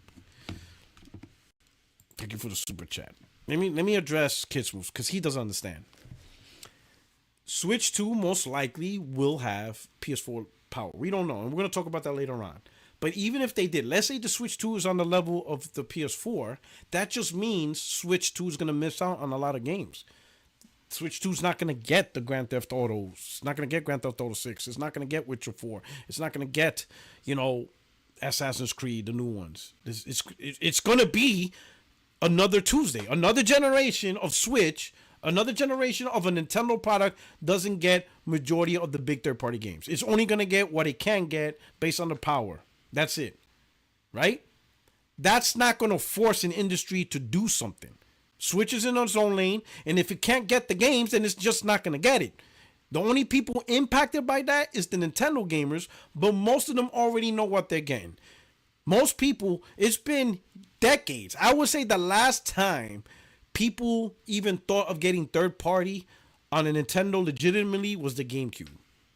After that, after the Wii dropped, it became primarily a focus on Nintendo first party and the games they cater for their own platform. And that's it. So even Nintendo gamers know that if you get a Switch, chances are you're not going to get most of the games from the industry. So you have to get another platform if you want those games. So Switch gamers, they'll either have a PC, they'll either have an Xbox, which very few do. Let's be honest, most of them is a PC or PlayStation. Those are the two main platforms that they're playing on. All right. So using Switch doesn't mean anything, right? Growing interest in Steam Decks and Rogue Allies. Again, when you buy those platforms, you get what you get. That's why Steam Deck has Steam Deck Verified, because there's games that don't work on Steam Deck, and that's okay. There's going to be games that don't work on Steam Deck either. There's going to be games that don't work on Rogue Ally, even though Rogue Ally has more memory and Steam Deck has more memory than the Series S. But when you buy those platforms, you run the risk there's going to be games that's not going to work. The thing about Series S is it is tethered to the Series X. That means if it doesn't work on the Series S, you're not getting it on the Series X. Switch, Steam Deck, and Rogue Ally doesn't do that. If a game can't run on Steam Deck, that means it's not going to be on the Steam store and you can't play it on PC? Like, are Steam gamers who play on PC screwed if the game doesn't work on Steam Deck? Who gets screwed if a game can't run on Steam Deck? It's only the Steam Deck user. Who gets screwed if the game can't run on Rogue Ally? It's only the Rogue Ally user. No one else is impacted. Only the community of that device gets impacted. If a game works, it works. If it doesn't, oh well. And let's be honest, most of the Steam Decks and Rogue Ally users, that's not their primary platform. I mean, how many people only play on a Rogue Ally? Probably not. They're probably a PC gamer, and the Rogue Ally or the Steam Deck they accompany their main platform so they can play their games on the go, whatever game does work. Xbox Series S is tethered. If Series S can't get it, Series X can't get it. That's why, Smooth, you're not playing Wukong on your Series X, because the Series S doesn't have it. Therefore, you are asked out, Smooth. You can't get this game because Series S can't get it. And this leads to my conversation of, what are you Xbox gamers doing? Because you guys realize you guys put yourself in a predicament where you either defend the company or you defend your Xbox fan base. This has nothing to do with the PlayStation fan base in terms of we don't need you to defend shit. Black Myth Wukong's on PlayStation, and it got the PS5 Pro enhancement. So we good. You Xbox content creators, Smooth, you have to pick a new line. Do you defend Xbox or do you defend Xbox gamers? Because defending the Series S is not in the best interest of Xbox gamers. And I'm going to explain why. You are losing and missing out games. You got developers that are having issues, and you're fighting them. Bro, those are the ones that put games on you. You can't beat them. You can't beat the developers because the developers can say, fuck you, Smooth. I just won't make games on Xbox. And who ends up losing? If people piss off Game Science and Game Science like, man, fuck this. We're not going to make any games on Xbox. Who loses? Game Science loses? Their game sold like 20 million. They don't need Xbox. You need them. They don't need you. They got themselves from PlayStation. They got themselves from PC. You're nothing. Who are you going to piss off? You think you got clout, Smooth? You think you can fuck with developers? Developers be like, fuck you. I ain't making the game on your bullshit console. We make money off PlayStation. We make money on PC, Steam Deck, whatever. Kiss my ass. I ain't making shit for you. And what you gonna do, Smooth? Nothing. Nothing. Because the crazy part is you're gonna probably still play their games on PC. On the low. Like, what are you talking about? You're gonna have to pick a line, Smooth. Are you defending Phil or are you gonna defend your Xbox gamers? This is a stupid idea. Listen, and here's the thing. I'm not talking out of my ass or being hypocritical. Because the PlayStation gamers, we went through this same shit too. With the PS3, the cell processor was a mistake. It was a stupid idea. There's no defending the cell processor. To this day, the cell processor is screwing over the PlayStation because you can't play the PS3 games natively at this point until Sony figures out a proper emulator to get it run on consoles. It would be crazy to try to defend the cell processor. You guys are going through the same shit. Listen, the Series S wasn't a benefit to the gamers, or it ended up not being a benefit to the gamers. It was Microsoft's own strategy to release a low-costing console to see if a $300 price point, would garner lots of sales. That's not cap. That's literally the only value Series S. A low-costing console to see it could gain massive amounts of sales due to the low price. A $300 price point, number one seller in the industry, or at least in America. Minimum. At least in America, number one selling console in America. $300 price point. Undercutting the $400 all-digital PlayStation and greatly undercutting the $500 PlayStation disc version. Can $300 once again in 2020, right? When times are tough, times are hard, economy's messing up, we're in COVID. Let's get this going. Boom. Get the massive sales. Get that market share. Create the Xbox 360 environment where now mindshare market share is high with Xbox.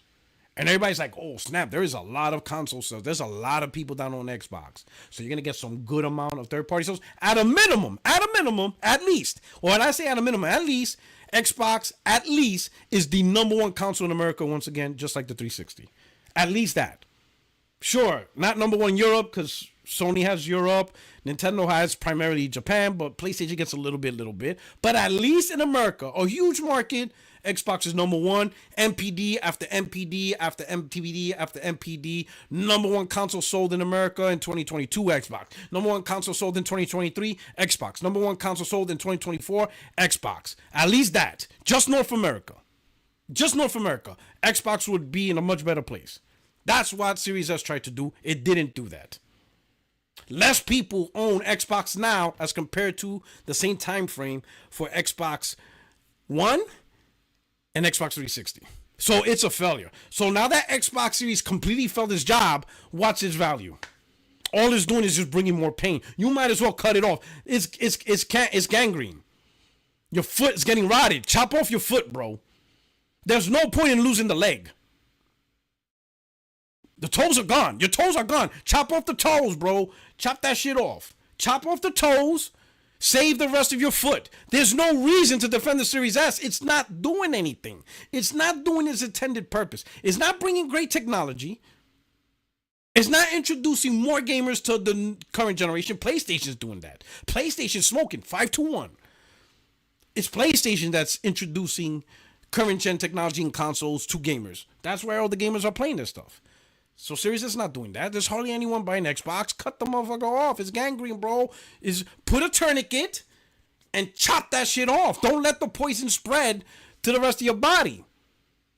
So that way, at the very least, the Series X gamers who did buy a proper console can play Wukong. Sorry, Series S gamers, your console sucks. Doesn't mean everybody in Xbox console has to suffer. The Series X gamers don't have to suffer over this. And it's a mess Microsoft created. It's their fault. It's no one else's fault. You could, like the guy says, game science just optimization is trash. It's not perfect. There's a lot of optimization issues during the PS3 cell architecture. When Naughty Dog released their games on the PS3, that shit was immaculate. Cutting edge. It was beautiful. PlayStation first party truly showed what the cell processors do. But that didn't justify the reasoning to make it. Sony put in that PS3 cell, processor in PS3 as a Trojan horse, so that way they could get into the CPU market and see if they could compete with Intel. And they thought PS3 could be the first sign to show people, yo, you want to look what our processor is doing in gaming. So imagine in your microwave, in your refrigerator, in your computer, your PC. Boy, when people saw development on PS3, they're like, oh, hell nah. They ran away from that shit real quick. Even though PlayStation's first party, that shit was phenomenal. Uncharted 2? God of War? Last of Us? On the cell processor? Even Rockstar, towards the end, with Grand Theft Auto 5, that was the better version than the 360 version. But that doesn't excuse that it was still a mistake overall, because third parties shouldn't be put in that position. Listen, as you saw in the video, they don't have all the time in the world, and they don't have all the vast resources to deal with challenges. Especially when your console's not selling enough, sometimes it's like the juice is not worth the squeeze. No one's buying the shit anyway, so why do I need to put this much effort? Jay Hart says, we went from bleed green to gangrene. yo, that's these Xbox dudes are gangrene now, bro. It's a poison. You gotta chop off that foot smooth. You're not helping your community with this.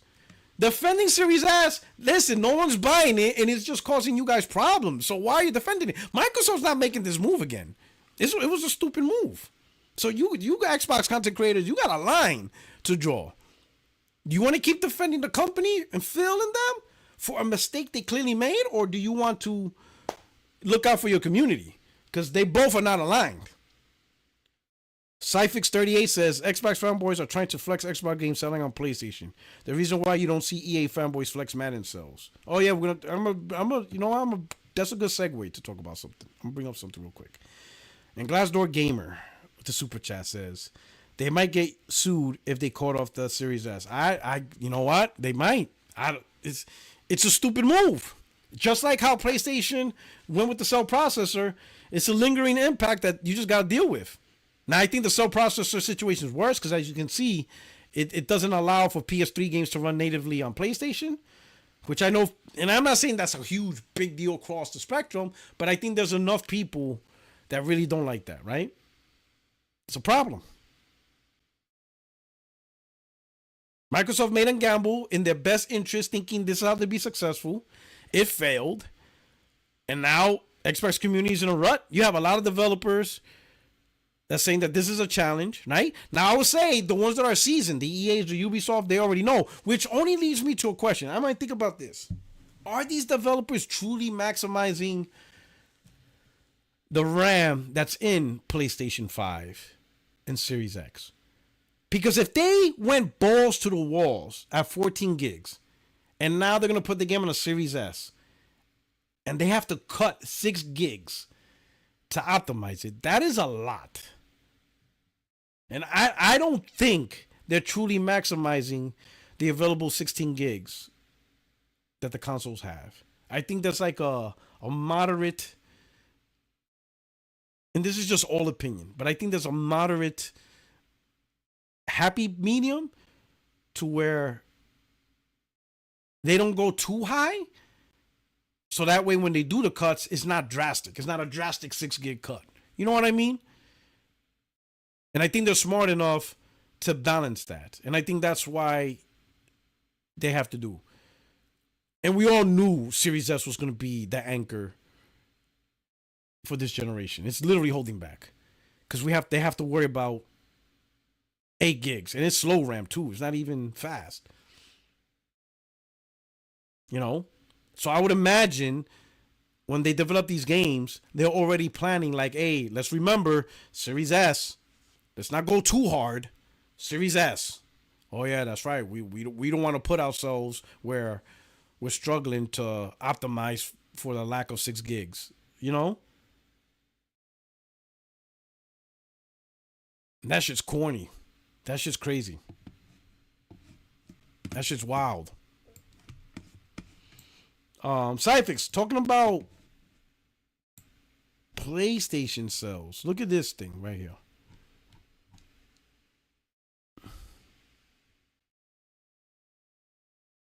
Right here. This is funny. Check this out.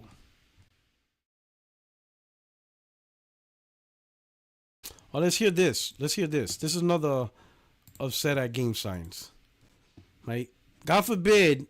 Nothing a platform on behalf. You know, God forbid you're actually upset at the people who created this environment. No. Let's listen to this. That is kind of a pain in the ass, right? Because look, you're just bad mouthing a platform on behalf of another platform, right? If it was simply, Facts. guys, we're just new to this. We're sorry. We don't know how to do this. We're struggling. We're going to work through it. We'll get back. If you just be honest, I think we'd all be more supportive, right? Instead, if you just like, and again, it could be lost in translation, but if you kind of keep bashing the other side, it's too hard. We don't know. The Series S is causing this. It's like, dude, like, just it could be just how we hear it because it's Chinese translation, right? I don't know, right? But if it was simply like, guys, we're sorry, we just don't know how to do this, and we're struggling, and we're trying to do the best we can. We will get it to you as soon as we can, but we're working through it, right? And we're working with Microsoft to make it happen. That's a much better position because now we can feel for them. Okay, I get it. They're directly speaking about the S. Soft. You guys are soft, and I'm going to show you why. Right. Soft ass generation. You guys wouldn't hang in the PS3 generation. I'm going to show you. You guys are weak. All of y'all. I'm going to prove it to you right now. It brings up This got y'all crying? If he would have said it this way, it would make my feelings feel better. Right. Soft. a good point. Motherfuckers Soft acting ass. like Sony never money had it games exactly. before, Soft. laughing my ass off. It's all they effing do. Facts. And now they're probably going to go really heavy on it while they continue to try to figure out what games they can go ahead and make that would catch the consumer's attention.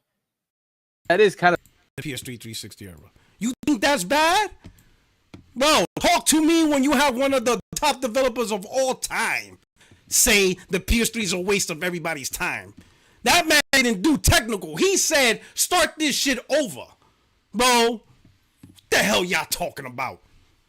If you said it this way, we could feel sorry. Gabe Newell said, this motherfucker is a waste of time. Shut this shit down. You guys are soft as baby shit. Soft. Look at this. Gabe Newell, PS3, a waste of everybody's time. Valve boss fires another stinging salve at Sony's console. It says Valve software boss Gabe Newell has slagged off PS3, calling it a waste of everybody's time in the latest attack on the console. Investing in the cell, investing in SP gives you no long-term benefits. There's nothing there that you're going to apply to anything else. You're not going to gain anything except a hatred of the architecture they created. Newell told Edge magazine. I don't think they're going to make money off their box. I don't think it's a good solution. It's not the first time Newell has slammed PS3. Earlier in the year, he called it a total disaster on so many levels. I think it's really clear that Sony lost track of what customers developers wanted. I say even at this late date, they should just cancel it and do a do-over, said in January. That man said, shut this shit down, launch a new console. And this was October 2007. The console launched like in 2006 or November. This is like about a year later. Within a year. My man said, shut this shit down. Like, what are you doing? Like, no, release a new PlayStation. Soft. Soft. Soft. These dudes crying. You know what I'm saying? Absolutely crying. It's crazy, bro. Can't hold the company accountable for who really brought these issues. That's some soft ass shit right there. Here's another. Hold on here.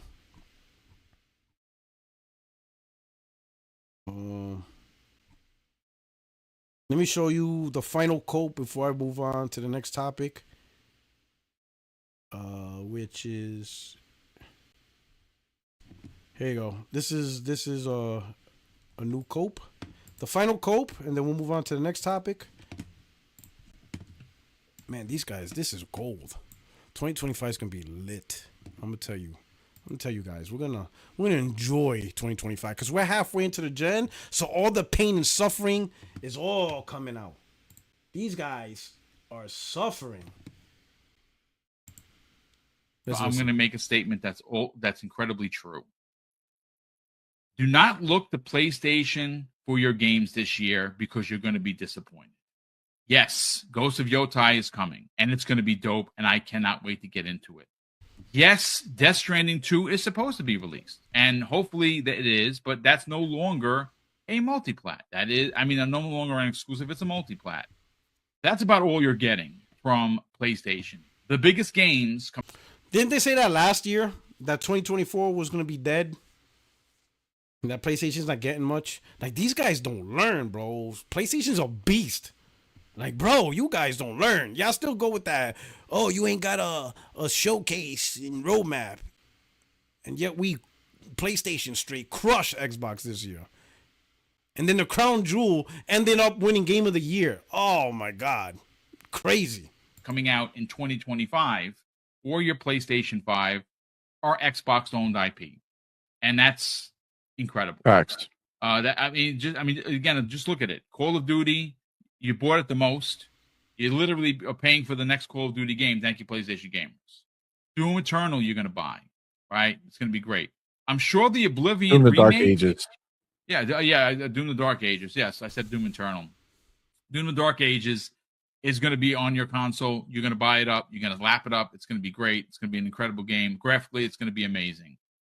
You're buying that game. You're also probably going to buy the Oblivion remake because I believe that's going to be everywhere because that was everywhere. So I wouldn't be surprised if they released that on every console. Thank you again. Keep paying for every. And you got to remember this, folks.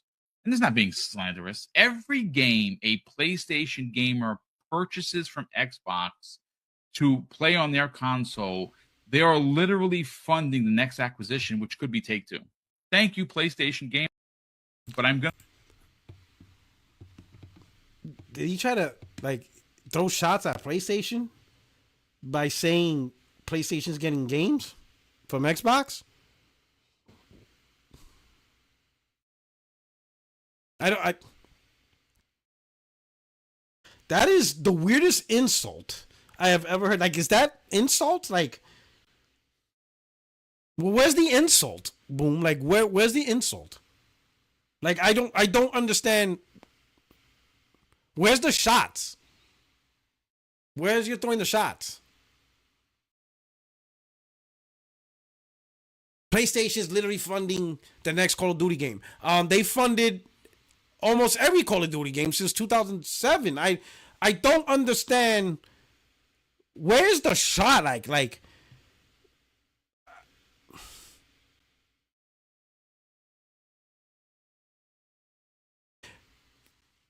Boom. Consider this.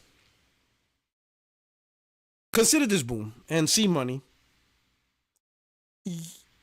Xbox is putting all these games on PlayStation. And they're getting this 70% cut. Right? And with that 70% cut, I guess you're trying to formulate the idea of that 70% is going to fund even more games and potentially the acquisition of Take-Two. Let's say that comes out true.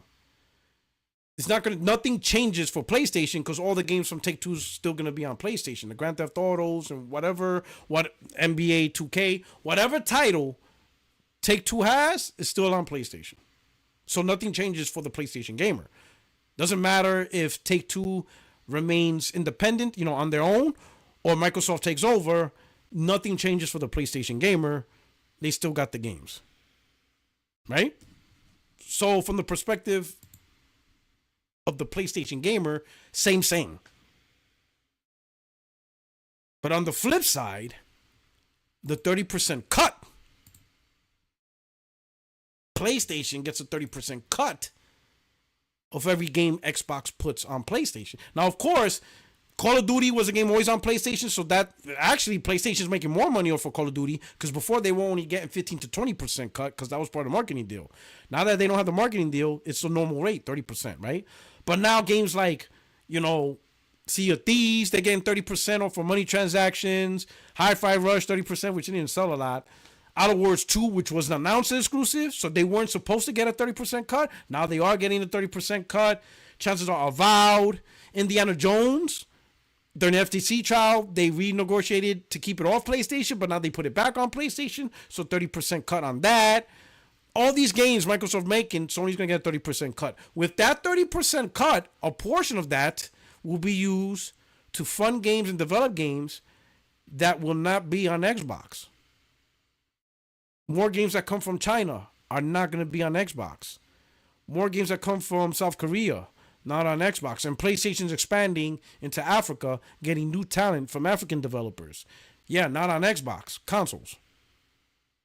So your 70% cut produces more games and potential acquisition, but doesn't change the landscape.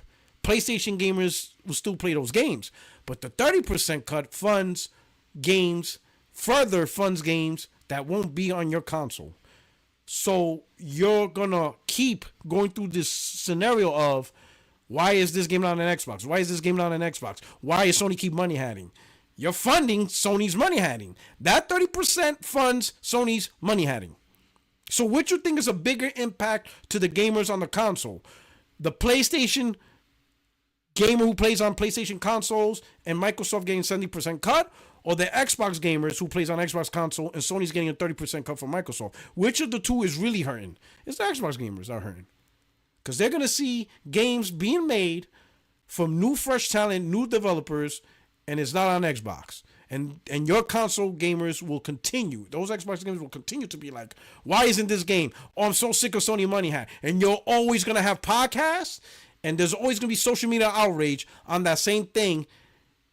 And it's being funded by Microsoft. Well, at least partially funded by Microsoft with that 30%. So I don't understand this, shot you're trying to do. It doesn't make sense. It really doesn't make sense. I don't know. That's weird to me, right?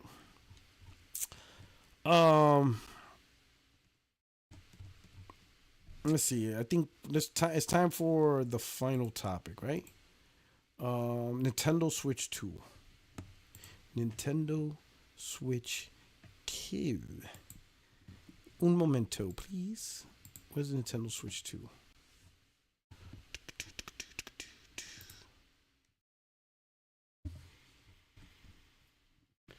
So this meme came out, right? And the memes are already coming out, and it's because there's already talk. DF Digital Foundry and their Patreon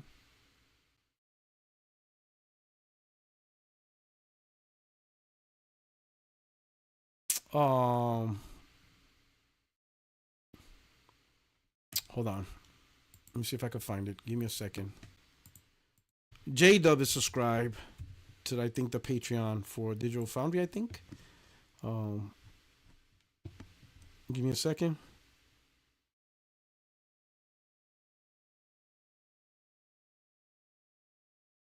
Give me a second.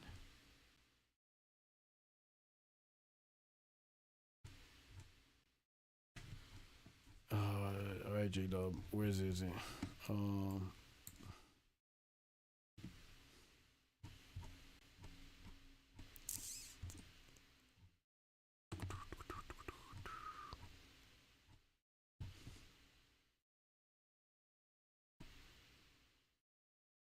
Give me a second.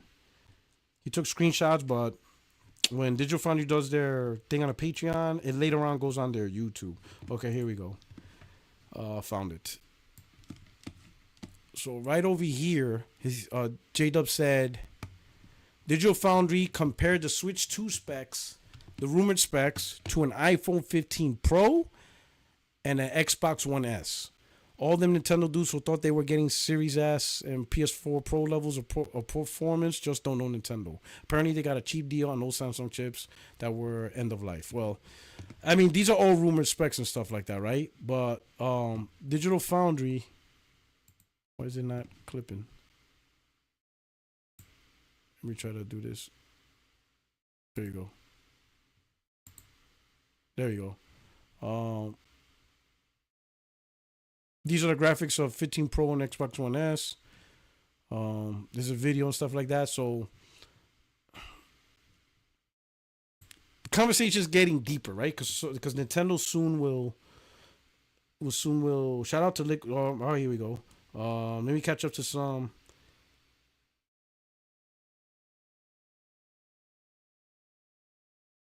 Super chats. Make It Simple says, on behalf of my Xbox kin, we don't claim X vlog. even Make It Simple is like, oh my God, what are you doing? What are you doing, dog? Like, stop. Liquid Data says, so the $1 billion company is out money having the $1 trillion company. It don't even sound right. Right? The term is supposed to be big bank take little bank, not little bank take big bank. That's just not how it is, right? And then of course, Gifted Gamer. Shout out to Gifted Gamer says, whoa. So is this what they're going with now? Buying Take-Two? By the way, Alex reacted to my video calling me P-Rock Jr. That shit had me dying. Wait, what? He called you, wait? Yo, hit me up on Twitter. Let me know. That shit sounds funny. He says, reacted to my vid calling me P-Rock Jr. What the fuck? Yo, hit me up on Twitter. Send me that DM. I want to see that. That shit. Yo, listen, bro. All these dudes that double down on Xbox, oh, man, it's going to be a rough 2025. It's going to be a rough 2025 for these cats. They bet on the wrong horse, bro. They should have stuck with the Pegasus Nation. You understand what I'm saying? Oh, man. But it is what it is. That's funny, bro. Send me that. I gotta see that. I could just seeing Alex saying P-Rock Jr. That shit just has to be hilarious. You must have frustrated the shit out of him if it got to that point. Yo, that shit must have been funny, man. It's gonna be 2025. It's gonna be a banger, bro. All right. So here's the meme now. Gamers in 2001. Here's our newest handheld, bro. It's like a portable Super Nintendo. Awesome, bro. Gamers now. According to Inside Report, the Nintendo Switch 2 is going to be just as powerful as the PS4 Pro. What the fuck? Switch 2 is fucking trash. The problem with this meme is the Nintendo Game Boy Advance was not a console. You had the GameCube. Gamers in 2001, Game Boy Advance, GameCube. But now Switch 2 is a handheld posing as a console. Well, if you have a handheld posing as a console, then you're going to get criticism as a console. That's just the way it is. Right? Or Nintendo has to do a better job to let people know Switch is a handheld. And we just provide the convenience of being able to play on the TV. But it is a de facto handheld. Like Asus ROG. Asus ROG doesn't get flack. Steam Deck doesn't get flack. Because they don't advertise it as a home console. Sure, you could buy accessories and play it on a TV and stuff like that. But they de facto call it a handheld. A gaming handheld. Nintendo needs to say, hey, Switch is a handheld with the convenience of being able to play on the TV when you're at home. So then people can realize it's a handheld. Therefore, we have to keep it in the realm of a handheld in terms of performance and specs and stuff like that, right? And you hope it's just good enough to enjoy it on TV, but at the end of the day, it's a handheld, right? This doesn't make sense because Game Boy Advance was a handheld. GameCube was a console. So, you know, I had a Game Boy Advance. And listen, I had multiple handhelds throughout my life. I had the Game Boy Color, Game Boy Advance. I didn't have the DS. I had the PSP before I bought the DS. I'll be honest, PSP was the last handheld I bought. After that, I realized handheld's not for me. Because I had the Game Boy Advance, I played a few games. I had a Game Boy Color, I had played a few games. Game Boy, whatever. I bought the PSP, and I'm like, I played like 5 or 6 games. And I was like, I'd rather just play console. So after that, I was really done with handhelds. You know, I didn't get the DS. I didn't get the 3DS. Didn't get the Vita. I don't have interest in Asus ROG. I don't have interest in the PlayStation Portal. Don't have interest in the Steam Deck. I'm just not really into handheld gaming and playing on a small screen. You know, when I game, I want to game on a big screen with a controller. Other than that, you know, I just don't really care to invest in that, right? But 2001, you had a handheld, you had a console. Now you just have a handheld, and they're trying to make it seem like it's a console, right? Okay. Now let's look at this. And here's my statement. Here's my statement. So what are you officially claiming Switch 2 is? Needed for bookmark purposes. I told them I think ultimately it'll be a 1080p machine, hopefully 60 FPS at 400. Homeboy said need be specific. Are you claiming last gen or current gen console?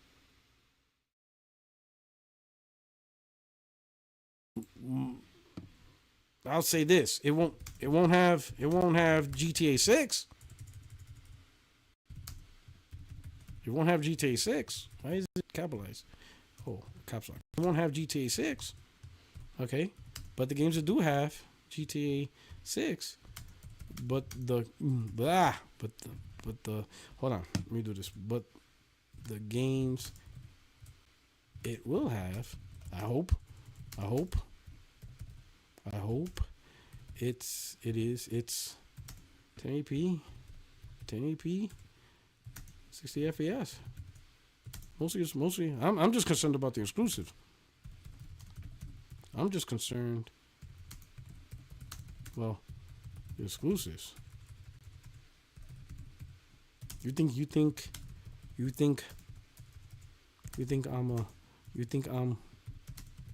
going to play, I'll use this, Hogwarts. Hey, is it Z? Oh, Hogwarts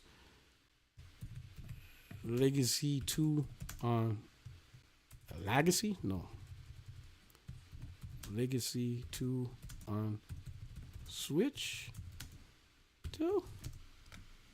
Wait. No, click over here.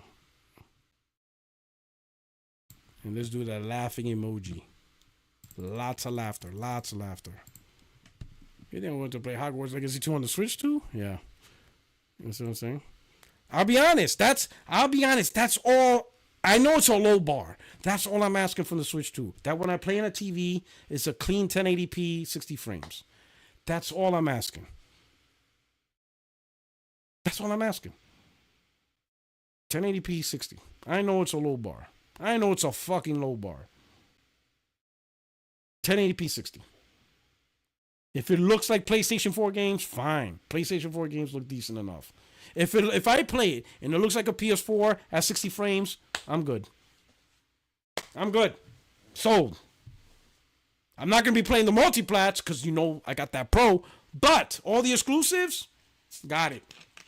I would love Metro Prime 4, 1080p 60, looking like PS4 graphics on the level of Final Fantasy Remake, The Last of Us. I don't know however far they can go. I'm good. Perfect. Sold. Not asking for much. Don't give me 84630 on the TV screen. Please. And I don't want 1080p 30 on my TV screen. I don't want 1080p 30. 1080p 60. And I'm good. Hell, if it does have NVIDIA DLSS and they do 900p upscale to 1080p 60, I'll take that too. Like listen, I'm giving Nintendo the lowest bar possible for Nintendo to get my money. Like, I'm setting the bar super low. 900p DLSS to 1080p 60 frames. How much lower can I go? I can't get any lower. That's it. Switch 2, 1080p 60. I'm good. on the screen, clean, I'm good. I'm good. You got me. I'm happy with that. Halomoko, according to the boss, they say Sony is broke. Sony's always broke. Sony's been broke for the last 20 years, according to them. Gifted Gamer, he said if you, J-Dub, had a baby, it was me. Bro, I was on the floor. Ask your bro Doc. He reacted to my vid before as well. He said if me and J-Dub had a baby, it would be you. Get the fuck out. I gotta see it. And that was live on the stream? On his video? Oh, yeah, I gotta see that. That shit must have been funny. That shit must have been hilarious, right? Right? Now, Chris, he quote tweeted me, replied, right? I mean, he said things that is understandable. It makes sense. It says the thing is Nintendo's not marketing it as a traditional home console. It's a device you can play it as a handheld or as a console. I think it's a device that is a handheld, and you can just have the option to play it on the big screen at home. That's how I see it. It's a handheld, and they just made an adapter that you can play it on the TV if you want to. But to me, it's just a straight up handheld. The handheld aspect to it is why you won't get a more powerful traditional console like you would like them to be without it being ridiculously expensive. I agree with that. I agree with that. And if that's what you would prefer, that's fine. But if it has to be balanced and affordable, I agree with that. Also, the PS4 graphics are still aging great. And for anyone trying to downplay that, a mainly portable device with PS4 level of raw power, but with newer NVIDIA technology like DLSS and more RAM, then a PS4 Pro will produce better end results than the old 2013 AMD tech in the PS4. It won't be on par with current gen home consoles, but still good type for that machine is. I agree with that, right? But the thing with Chris is, the reason why this meme and issues coming up, and I replied to him I said, that's all understandable, but associating with a console will lead to people critiquing as a console. It is what it is, Chris. You keep saying you can play as a console. That portion is what the critique is coming from. I think if people just simply say it's a handheld and it has a dongle to play the handheld on a TV screen, You remove the word console, hybrid, you remove that language, it would be a lot more easier to digest. When people say, why is it so weak? It's weak because it's a handheld. And people will be like, oh, okay, I thought it was a console. No, it's not really a console in the traditional home sense. It's just a handheld. People think it's a console because they made a device, the dock, and you could play it on a TV screen. But in reality, it's just a convenience to play it on TV. It's a handheld. That's what it is. It's more digestible. It's easy. And then nobody will have an issue with that. But to continue, I told him, I know you see the conversation within the Nintendo community talking about Switch 2 getting better third-party support and not missing out on games they traditionally don't get due to lack of power. Well, that won't happen if the Switch is on the level of PS4. This is what's creating the conversation. That's the conversation. If people expect Grand Theft Auto 6, Assassin's Creed, Witcher 4, all those big games, advanced games. What's the next? Control 2? I think Remedy's making and stuff like that, whatever. If you expect those newer games, current gen games that's taking advantage of all these technologies to be on Switch has to accommodate the power. I mean, hell, people are pissed off at the Series S. Nintendo has to accommodate a certain level of hardware and power to nab all these games. And that's where the conversation. If Nintendo doesn't do that, and Nintendo sticks to their own thing, which is what they have been doing, then that whole Nintendo is now going to grab all these third-party games that usually would only be on PlayStation and Xbox goes out the window. So that's really what the conversation is about. I agree, Chris. I think it's a handheld. I think Nintendo's going to do what they do best. I don't think Nintendo wants to really give third-party industry that level of control. They have full control on their stuff. Their games are the best sellers. Sure, do they want more third party? But not enough to where they would have to create a $500, $600 Switch to accommodate that. I think the Switch is going to be $400, and at $400, you're not going to get a very powerful thing. But I think at $400, 1080p 60 is doable. Right? $400, just 1080p 60. Don't go for the 1440p. Don't go for the 4K. Just straight up 1080p 60. I think that's doable. I think that's very doable on just that. The max power is 1080p 60. And it's going to miss a lot of games. There's going to be a lot of third-party games. But the Nintendo exclusives, their first party, plus whatever exclusive arrangements they make with third-party, specifically for Switch, 1080p 60 is fine. You know? And as a companion to a main system, PlayStation or PC, I think you'll be fine, right? Battery life, well, what they would do is what they do with the Switch. If you don't have it docked, the console will downclock itself. It's downclocked, right? So now you're talking like 8-something P 30 frames. You're not going to get the full 1080p 60 off deck. So when you have it docked or plugged in, it won't get downclocked. You'll get the full clocks of the system, which will allow you to get 1080p 60. But when you're in portable mode, you're going to go into battery saver mode, right? Because you're right, 1080p 60 would take out some battery. But that's really it, you know. And I think he responded. I didn't reply to this one because he threw in the, well, for me personally. When a person starts off a comment with, well, for me personally, I don't respond. Because there's nothing for me to respond. I'm not going to debate what you prefer personally. To me, there is no debate. There's nothing to argue or discuss or conversate. Once you pull the me personally, okay, cool. Thanks for the info. I got nothing.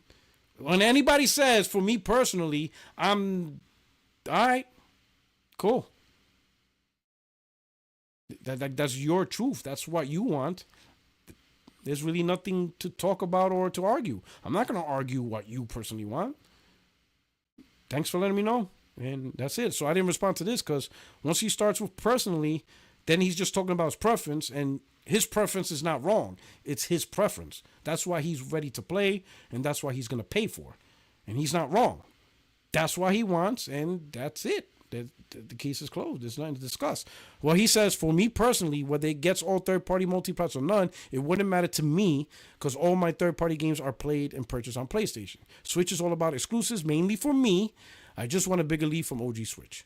But as far as this getting more third-party support, I can see it having more if the rumored 12 gigs of RAM is correct. Remember, the main thing Dev's asking for is more memory and RAM. This is why some games skip Series S due to having a 10 gigs. It's having more and faster memory than PS4. I can see a lot more third-party going. Games like Call of Duty will be on there, but I don't believe GTA 6 will. But OG Switch already proved that they don't need all third-party to succeed and having a great software level. Yeah, that's his personal thing. Yep, there you go. Nothing to talk about. But I think the main thing was the meme, because that's where the whole conversation. Everything is all about this. Because this is the heart of the conversation. In the end, the reason why this is happening now is because there is no console. It's just a Switch, a handheld. And if you're going to say it's a console, you're going to get criticized as a console. And that's it, right? That's pretty much the end of the topic, right? So, let you guys know, Tuesday, 60 Frame No Lag Podcast is Bizak. Gonna get up the crew to kick off the new year. Crazy things happening, weapon wheel changing. I don't think we're gonna talk about that, right? But it's just crazy. A lot of crazy things happening. We're probably gonna touch on these topics. I would like to get the crew know. I'm gonna have a guest this Tuesday to be on the show. It's gonna be a good time, right? So I'm gonna have that live, 60 Frames No Lag Podcast this Tuesday, 8:30 p.m. Eastern Time, 5:30 p.m. Pacific. So that's happening, and then I plan to do another live, Give me a second. Impressive. I'll give you another live specifically. I'm not doing it today because it would be forever. But your boy Wet Dream on the corner probably didn't like my video, didn't like my last live. He's hurt, right? Apparently, he's gonna take up the challenge, but with some caveats for the debate. So Friday we'll go check this out together, see what he says, right? I think he wants to set up a gaming match. So we can set that up too. I'm down, right? So we'll see the video. We'll see you crying. We'll see your dumbass complain, right? But most likely, it sounds like he's cool with the debate, but he also wants to set up a gaming match. So we have to figure out. So Friday we'll go listen to this dude. We'll see whatever. We'll do a commentary reaction, right? We'll see what's going on. And apparently he wants to do a matching game. I'm like, cool. I'm down with that, right? Depending on the game, I may have to buy it. I have Street Fighter, but depends. I don't know what games he play. Listen, I'm gonna let him know right now. I'm not buying Xbox to fucking play a fucking Gears or some shit. Get the fuck out of here. So it's gotta be a cross-play game. That, you know what I'm saying? And I'm willing to buy a game. Like, for example, this gen, I didn't buy Mortal Kombat or Tekken for whatever reason. I just did it. I bought Street Fighter. But if let's say if the match is Mortal Kombat 1 or Tekken, the new one, I'll buy it. I'll play it for like 2 weeks. And we'll straight up do a match. I haven't bought Madden like in 2-3 years, but I'll buy it if it's that 2K. If it's that, I don't know. I don't know what game, you know, we'll agree on, whatever. But we'll stream that shit live, you know. So we'll have a debate, right? Enjoy that, and then we'll set up a time frame for a gaming match and stuff like that, and we'll get all the details up. But Friday, I'm planning to do it Friday. If not Friday, then Saturday. So that's something for you guys to be entertained. So we'll get the commentary going, all right? This guy, listen, bro. You know why he would be an asshole and say that? Oh, I want GT7, Pony. I'm going to be like, get the fuck out of here. I'd rather be called a non-gamer than to play GT7. I'd rather just say, yep, I'm not a gamer, than to play that shit, bro. To play any wrestling game. You know what I'm saying?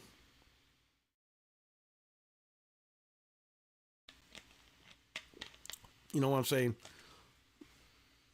If my man pulls a Gran Turismo 7, I'll be like, oh, fuck no. That's just torture, bro. You know what I'm saying? That's just torture. That shit would be crazy. But anyway, this is your only friend. Tekken, I'm down. You know, we'll see what it is. You know. Anyway, thank you so much for rocking out. Hit the like button on your way out. Happy New Year to everybody. 2025 is going to be lit. It's going to be lit because I'm telling you, these Xbox dudes are crashing out. They're crashing out big time and stuff like that, right? And we're going to see there's going to be some amazing games coming out this year, and we'll talk about that. You guys have a good night. Your only friend in these YouTube streets, Puertorock77. 60 frames no lag this Tuesday. Another live on Friday, you know, maybe a video in between, but I'm gonna try to the CES shows this week, man, you know, so we'll see what's going on. We'll see about the Xbox OEM hardware. Oh man, it's gonna be a great week, crazy week. You guys take care. Your only friend is YouTube streets. I'm out of here. You guys take care.